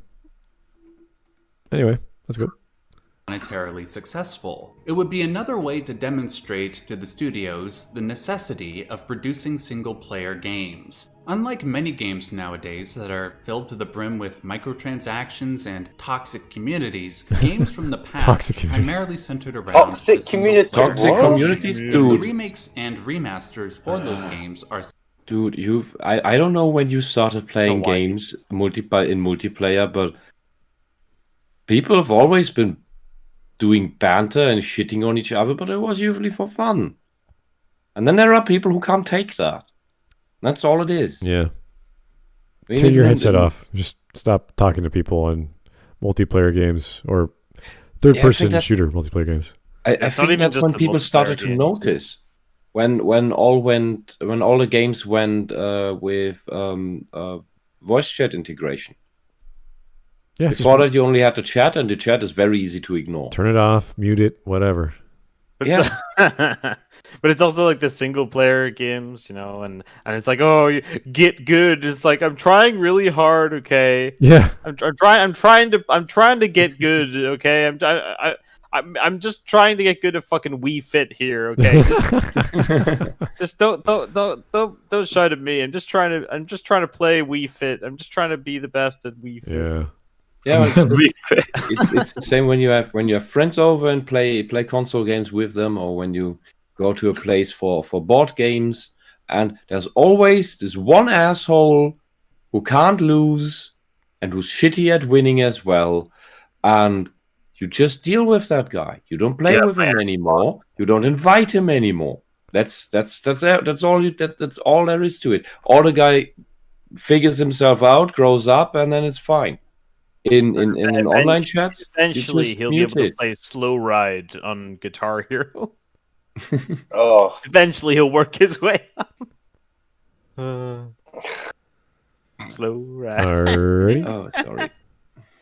Successful not only direct more money to single-player games, remake or not, but it would take away money from games with predatory mechanisms like loot boxes. The next it's not an argument. is a fair one, but it is one that I don't think entirely negates the necessity for remakes and remasters. Sometimes the remake or remaster just isn't very good. For every Halo remaster, there is a GoldenEye remaster. For every Black Mesa, there is a Warcraft 3 Reforged. It is very clear that in a lot of cases, there is barely... That's a hard take, man. Of things. Yeah, those are really hard comparisons. I don't know how you would even measure that. Yeah, they have. I think like the planets were aligning for that Warcraft 3 remake. that was like the biggest shit of like last year.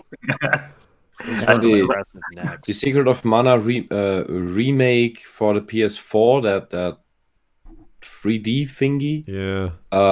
I didn't hear good things about it, and from what I saw, the footage I saw, the fighting system, the battle system, it didn't feel like the original. Simply from looking at it, it had a certain look to it where it looked like everything connects, and that remake was lacking that. And it's really hard to jump from 2D to 3D for Secret of Mana. That's really hard. Yeah, and I think the game a re-release would have done it. And yeah. And I got very unexpectedly in a fight is probably the wrong way. Friend of mine back in the day, he just because he was happy. Oh, look what I got! And I said, you should have just if you want to if you want to play it with your kids and just play the original on an emulator. This thing is as I've heard bugged and it doesn't feel right from what I've seen. And I love this series. I have pictures from the art book on my wall, and so I didn't tear up an art book. I just printed out pictures on photo paper. And I adore this game. It's one of the integral parts of my childhood. But something with him when I don't know what fuse burned, but just criticizing that remake made him completely ghost me all of a sudden. I knew this guy for years. It's probably the poster of Flammy on your wall. No, there's some more backstory to that. I mean, he also backstabbed me a couple of times, but that's not what I expected. Well. Maybe start with the backstabbing and not that. I got poster that he wasn't too happy. There might be a bigger reason, you know. you know how my stories go. Yeah. I thought it would be the baby rainbow for 6 dragon. years he was sleeping with my partner or something. It's like, oh well, that explains a lot of things. Anyway. No. That's other reasons, but it's another story for another time. Okay. Let's go. Any effort made on behalf of the developers. A lot of them are betting that they will make money no matter how much effort they put into the updated version, so they just don't bother. This is true, but it doesn't have to continue to be true. Gamers are much more sophisticated when it comes to what they put compared to the average moviegoer, for example. So sophisticated, then. This was the recent release of the Avengers game. The Avengers is one of the hottest franchises in the world. If Square Enix made a good Avengers game, they would have made more money than Jesus, Allah, and the Queen combined. However, gamers got... Wait, Jesus made no money. That's a very strange thing to say. What? More money than Jesus. Well, so like a quid. Okay.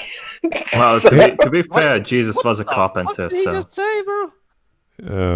Jesus created IKEA. Jesus had a purse, but he probably didn't bother much. I also like the fact that the Queen is now classed as a religious figurehead. Yeah. I don't know how he combined. I mean, she is immortal. So Allah was like a warrior king or something, so he might have had some money, I guess, right? Well, yeah. His first wife, before the whole weird stuff, she was a rich merchant woman. Okay. That basically fed him through, which makes him akin to Karl Marx. Who was fed through by someone who had money, and then he started writing crap. I think maybe he's talking about the religion behind Jesus, that where all the money comes piling into the Vatican, maybe. So, I don't know. Literally, that's not Jesus' money. That's not Jesus' money. It's the Pope's money. Last time I recall, in the Bible, he was pissed off. The only time he sinned was he pissed off. He threw the moneylenders off the steps of the church. That was fucking based. That was God literally, based. yo, bro. Okay. Dare you to smash up them. That's absolutely based. See this wooden table? Oh, right. He didn't say Muhammad. He said Allah. Yeah. Allah. Then that's the. Oh, he said Allah. So, so Allah. I don't know why he said Allah. More money than God. I don't know why he fucking said more money than yeah. Jesus. I mean, to be fair, Jesus, a God, and an old 94-year-old woman. Then who would you even have to exchange money with? Like, who would you ever have? It wouldn't allow you to buy the other gods. The other gods. There are no other gods. He is God. He's the only God. So it's like, okay, who's he gonna actually spend? The other gods of other planets. Because he like the other gods of other planets. Anyway, they go like a Chinese. We get the joke. We get what he was trying to say. We just Inshallah. Do you know what the This silence, is I will give you the taste of my shoe. Anyway, he's trying to say that Square Enix would have made a lot of money if they just made a good game. It's like, yes, you're right. I've had enough of these. How do you think he acquired these skins in Fortnite? Through jihad? Why am I just imagining the Hulk shouting Allahu Akbar before he does this salam? No, have you seen the fucking Muslim Hulk memes? No. No. No. Should I? I need to show you this. I need to fucking. No, okay, first question. How do you think he acquired these large muscles? Through jihad. If you send them to me, I'm not gonna have knock on the door by the FBI, am I? Fucking good, man. Or something. Yes. How do you think he acquired these muscles? Through jihad. Jihad. Oh, but also, I also want to.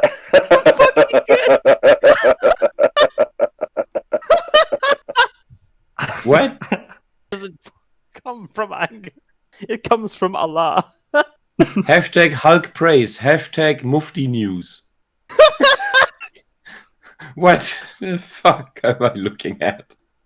Strong men aren't just the ones with big muscles. They're also the men who spend all their energy. Hulk will destroy you if you don't get in your daily prayer. Is this cultural appropriation?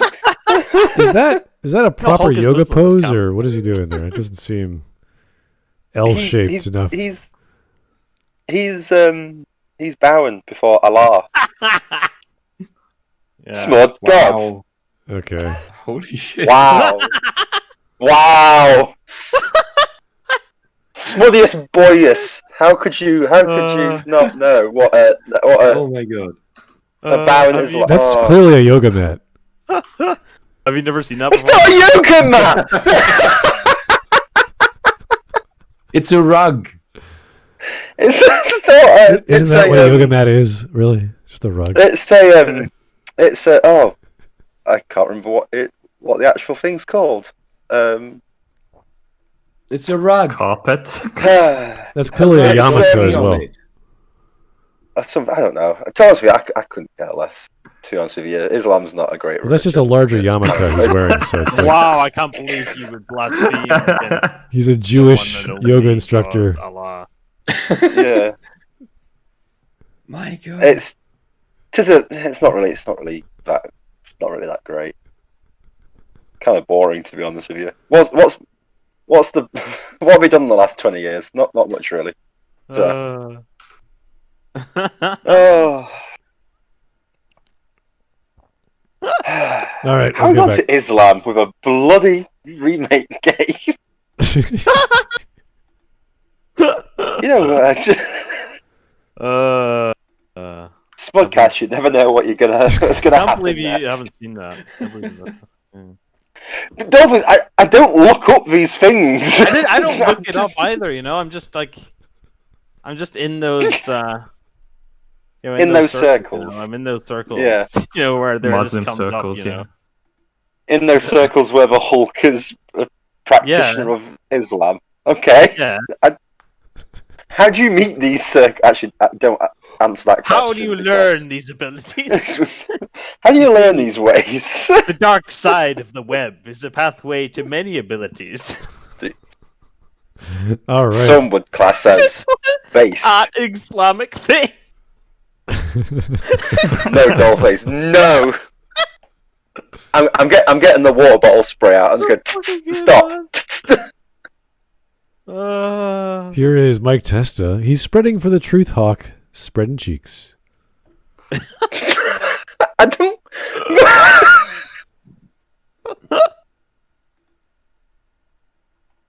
Oh, there's more. There's more. Like it's not just there's like a whole load of them. There's a whole load of like Oh my Muslim God. games. Well, let's Like a whole genre. Dollface is just Dollface. Look at like his phone. It's like memory is like 99% full, Yes. and all it is like Islamic Hulk memes. I'm just like, oh no, no. Anyway, let's get back to Hulk smash enemies. Yeah. Game was early and didn't support it, causing Square Enix to lose tens of millions of dollars on the project. If we because the game was collectively shy. continue to put pressure on game studios to do right by us, which continues to be easier and easier with the availability of the internet, then mistakes like what happened with the Avengers will minimize. This pressure would also help to ensure that when a game is remade... Completely unrelated. See, the reason it failed is because they didn't portray Hulk as his true religion. No, shut the fuck up, Dollface. No. If the game had like Ramadan, then that would have changed the game. If the characters fasted, Yeah, if Hulk had just like smashed 2 towers down, it'd been perfectly fine. Or like Jordan Pearson's Red Skull. Isn't Kamala Khan supposed to be Muslim? Yeah, Muslim, yeah.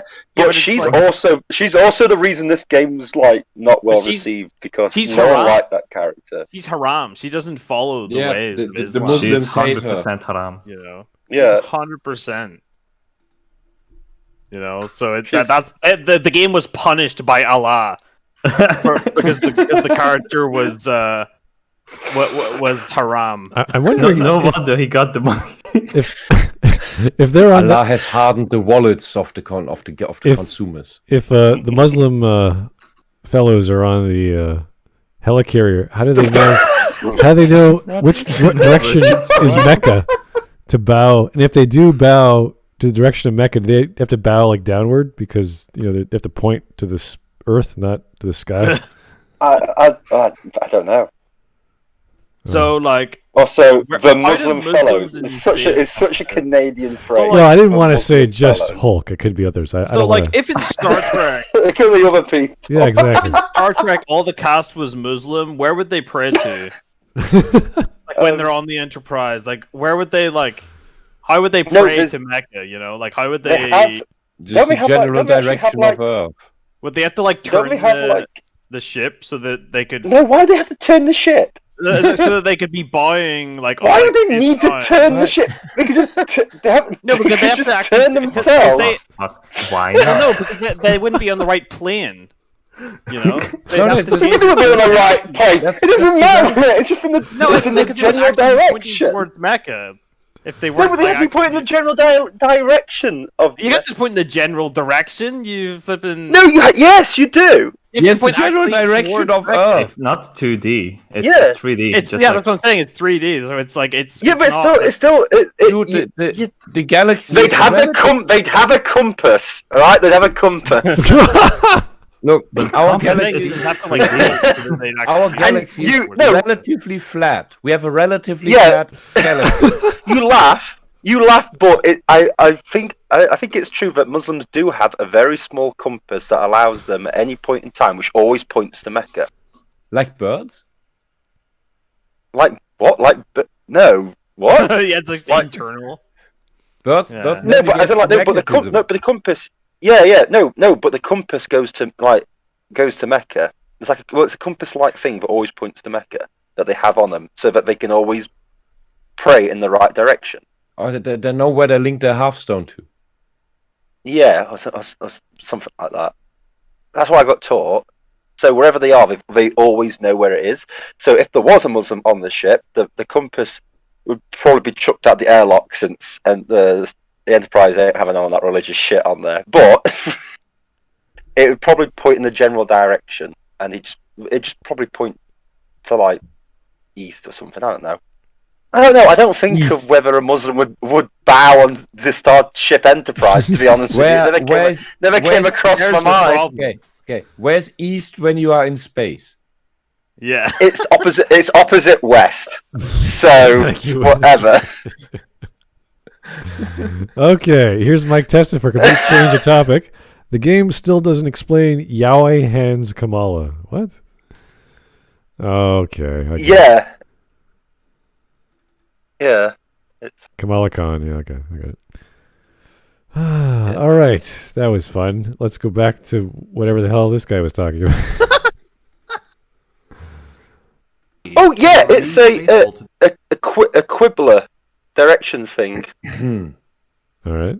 You can do an online thing, yeah, and it was no matter where you are, it will show you the quibbler direction using three methods: dynamic compass, static compass, and Google Maps. You can get an app for your phone.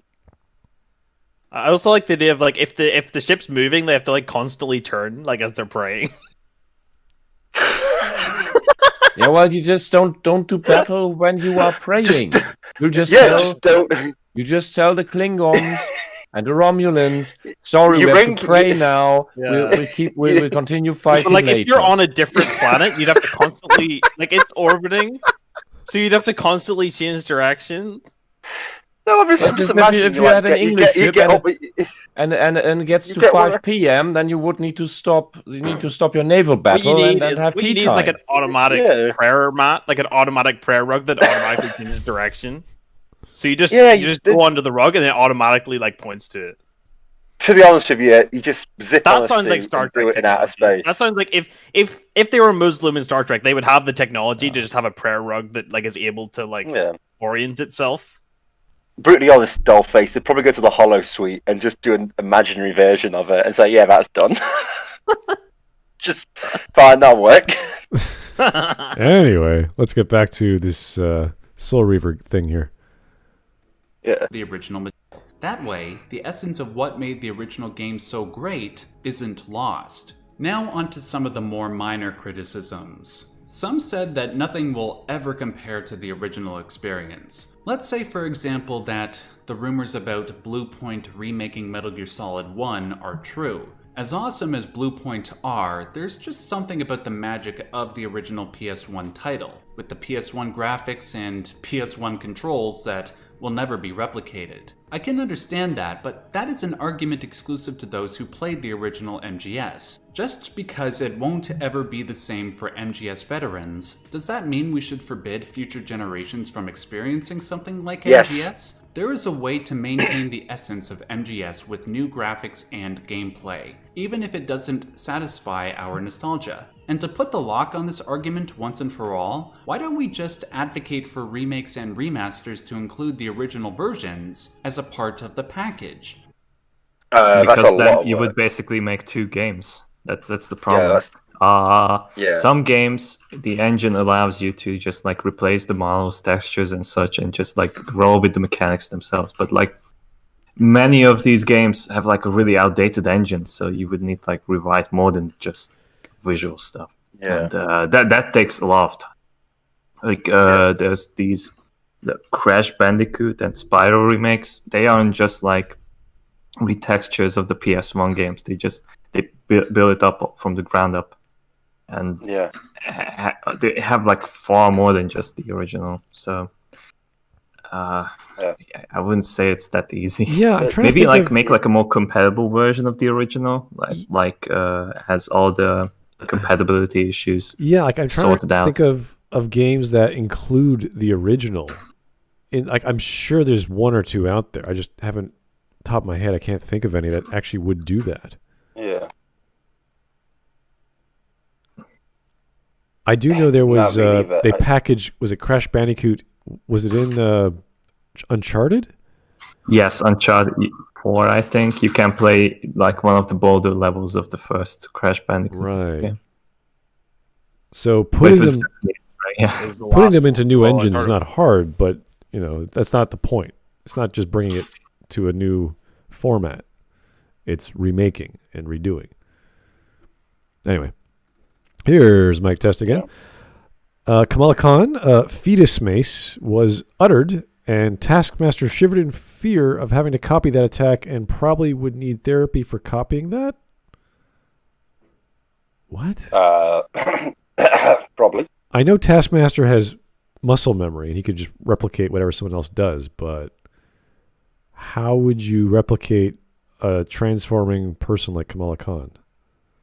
That doesn't sound... It doesn't make sense. Taskmaster can't just replicate Kamala Khan's moves. That's weird. He's only human. And she's like flexible, growth enlarging body person. Anyway. Yeah, she's a lot of things, to be brutally honest, but yeah. Yeah. Anyway. Okay, I get what he's trying to say. I'm just trying to think of examples of games that did this. I can't really. Yeah. That way, the game is still preserved in some fashion. You got a whole new way to experience the same game, and you can still play the original on the next generation of console. I figured that this would be the only way that a developer would re-release the old game, because otherwise, there wouldn't be much financial incentive to do it. Finally, I want to address this notion that some games are just so perfect as they are that they should be left untouched. To quote one commenter, "We don't repaint the Mona Lisa." Why not? I can understand why somebody would make this argument. To a lot of people, there are certain properties that are so they do stuff sacred, to it, though. so archetypal in their quality that remaking them would be sacrilegious. This is why nobody... That's kind of silly. I mean, there's nothing wrong with remaking classic works of art or classic games. In fact, you want to get better graphics, better looking things, better sounding things. I want KOTOR to have lip sync. I don't like KOTORs without. It looks silly when you see the cutscenes, and the main character is like looking at you like he's curious, like what? He's just bobbing up and down. It's kind of strange. They could do basic stuff for idle animations. They could do basic lip sync. They don't have to do the full range of articulation. That's fine, but just make it enough for me to go, oh yeah, he's talking and he's saying, how is it going? That's enough. You don't have to go all the way. He wants a Back to the Future, for example. Nonetheless, the Mona Lisa argument fails because of a false equivalency between how one experiences visual art and how one experiences a game. All one has to do to appreciate the Mona Lisa's beauty is to look at it. Is a game not visual art? You can search a picture of the Mona Lisa online, no problem, and view it for free. Experiencing he's arguing apples and oranges, so it's not really that relevant when you're talking about one picture and an entire experience that is a video game. So, exactly. There is some games are very. I'm lacking the word here. Not pro is not the right word, but make it very easy to have the original look preserved while you also update the graphics. The remake remaster of Command and Conquer was really done well in that regard. You can just hit spacebar, and the new graphics revert fluently, without pausing, without reloading anything, to the old pixel salad and back. And so you can just instantly go back between the new remastered look and the original SVGA graphics. And that's kind of well done, I think. But you need a certain type of graphics in order to be able to pull that off. Like the LucasArts Adventures, I'm not sure I would want to remake their graphics into something sharper, for example. Yeah, that's a tough sell when you're talking about adventure games, because they are specifically designed to be a certain way. And then you had the 3D adventure games like Myst and Riven and all those other puzzle games where you were actually going to nodes and you could spin around 360, and it was beautiful. It was pre-rendered, but it was beautiful. So you would have to change your audience at that point, because some people love the Sierra style adventure games or the pixel animated stuff. So it's, there's still a market for stuff like that. There's all kinds of hidden puzzle games for casual gamers and ladies who like those $20 games you could buy. So you could do it. It just wouldn't have the same appeal. Yeah. Mona Lisa isn't contingent on whether you are able to pay thousands of dollars to fly to the Louvre in France just to see it. But in the medium of gaming, certain requirements need to be made in order to experience old games, be it the hardware, the software, or the gamer. That was a great example. Was that Silent Hill or was that Alan Wake? I can't remember. I think it was Silent Hill. It's Silent Hill. Yeah, but like stuff like that volumetric effect of the air, like that's very specific to the engine at the time. And if you were to simulate that, obviously it would look a lot better on today's tech, but you wouldn't get the same vibe. You would get a different vibe. So if they could capture that, if they could somehow capture that idea and then say, okay, here's our volumetric effect, here's our particle effect for Myst or whatever. And you say, oh, not only does this look good, it looks better, but it's still a different feel. Like it's always going to feel different because you're recreating the entire graphics setup and engine, or using a different engine as a result. So I remember the remake of what was it? 7. Was it GameCube? Killer 7. Killer 7, yeah. GameCube and PS2. Right. It did not go well. It did not translate well. And it was such a simple on-rails shooter game that it's almost impossible to screw up.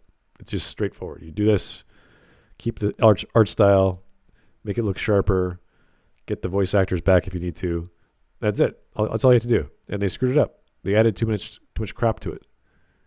It didn't feel like the same thing, which is odd because it should have been pretty much paint by numbers. But his ability to adapt to old gaming mechanics. It doesn't take much skill to look at a painting or watch a movie because all you have to do is stare. But experiencing a game requires hand-eye coordination, patience, and, in some cases, a willingness to spend hours trying to get good. One might say that gamers ought to get over the reservation what is that? experience the original game as it is. But unfortunately, there is a difference between what gamers ought to do and what gamers will do. And besides, even if gamers the world over collectively decided to struggle past outdated game design, they would still need the technology to play the game in the first place. And those are all the reasons why I believe there should be more remakes and remasters of old video games. Let me know in the comment section what you think. Do you agree? Do you disagree? Let me know so we can keep the conversation going. What games would you like to see a remake or a remaster of? Personally, I would love to see a remake of either Silent Hill 1 or 2 with a better combat system. Yeah, I know what you're all saying, dream on. Please remember to hit that like button if you like this video, that helps me out so much. Until next time, just remember, as always, stay yellow. what? Stay yellow. Okay.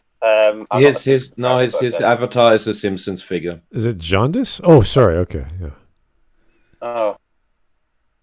that makes more sense.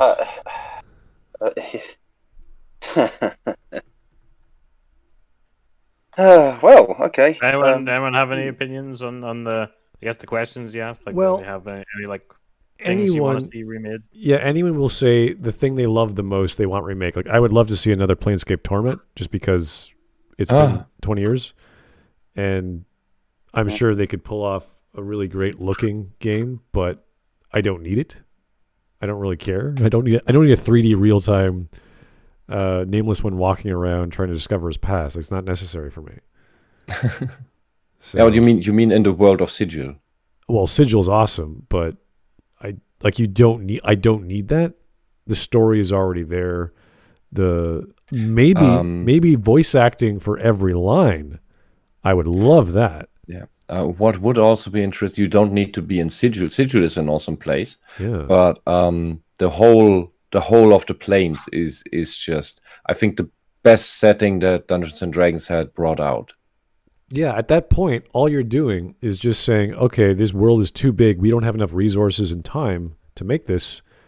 Just spend the $1, get all the voice acted lines, make all the all the other places, hype them up or bump them up with assets, characters, voice acted, do better animations maybe. That's about it. Other than that, you don't have to do much to make that game what people wanted. So look at what's a Vampire the Masquerade? There's a good example. That game was not quite finished, not quite released properly, and that's where I would see a remake would make sense. Like we talk about, KOTOR 2 having the mod that was restored some content that wasn't properly finished, but even that was not done as well. That would get a good remake because there's all that stuff they didn't do, and it's half baked. So games that were not finished, like Dragon Age 2, there's an argument to be made. There wasn't the necessary amount of dialogue or scenes or quest lines because they ran out of time and they had to cut corners, like level designs. So yeah, there's an argument for exactly the same thing you want, just more of the stuff that they could not facilitate at that time. And they can do it. People would buy it. And I can give you 3 examples. One is Machines, a real-time strategy game from, I think, 98, 99, by Acclaim. Came out around the same time as Earth 2150, but completely different style. Wonderful game, wonderful gameplay. You had 3 camera types, standard top-down. You had the horizontal camera, which was the most useful, and you could go into every unit and even move into certain buildings if the unit was small enough. So cool game, cool effects, awesome weapon effects for the time, great atmosphere. That is the RTS one. I would love to see a remake of Xenogears and Xenosaga, because these games didn't get enough development love as they should have. That's true. Yeah. See, that's the argument. It's the games that were half baked that we want remakes of, because they demand it. It makes sense. You would want to see the full product, and we never got it. Yeah. There's other games that are really eclectic. Like I don't know if you guys remember Savage. That was a game that combined. Oh yes, I love that. It was a great game, but very few people knew of it, and it was a combination of genres. So you had real time or RTS. Yeah, genre mixes always had a hard time. Yeah, they're either really bad or they're really something unique about them. There was a long, maybe it still exists, a long-living online community that kept playing and caring for the game.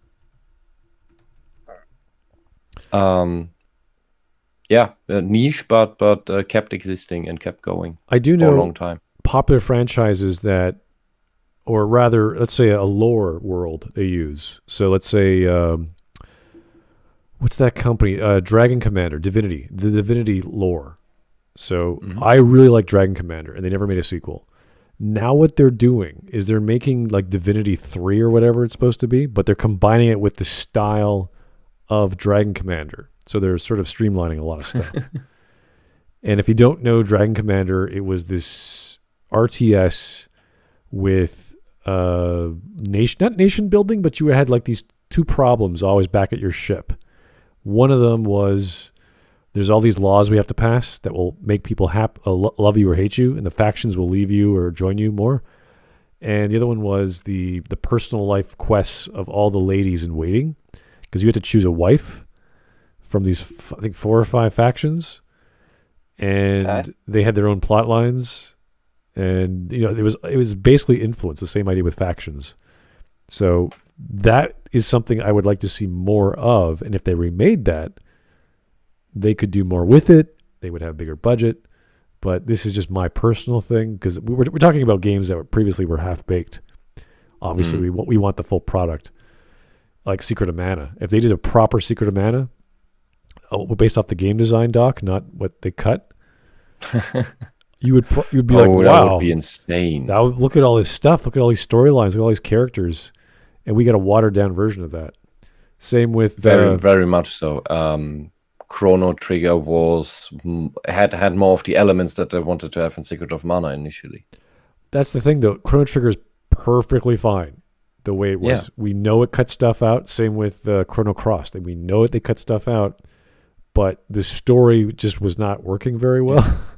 Generally, that's usually what happens in your game design process. That we have limitations either of hardware, of staff, of time, of money, and then we have to cut content. That is simply the thing. And usually you have 20 ideas that you could never incorporate in the first place. And for MMORPGs, this is even bigger. Like Mark Kern once told from his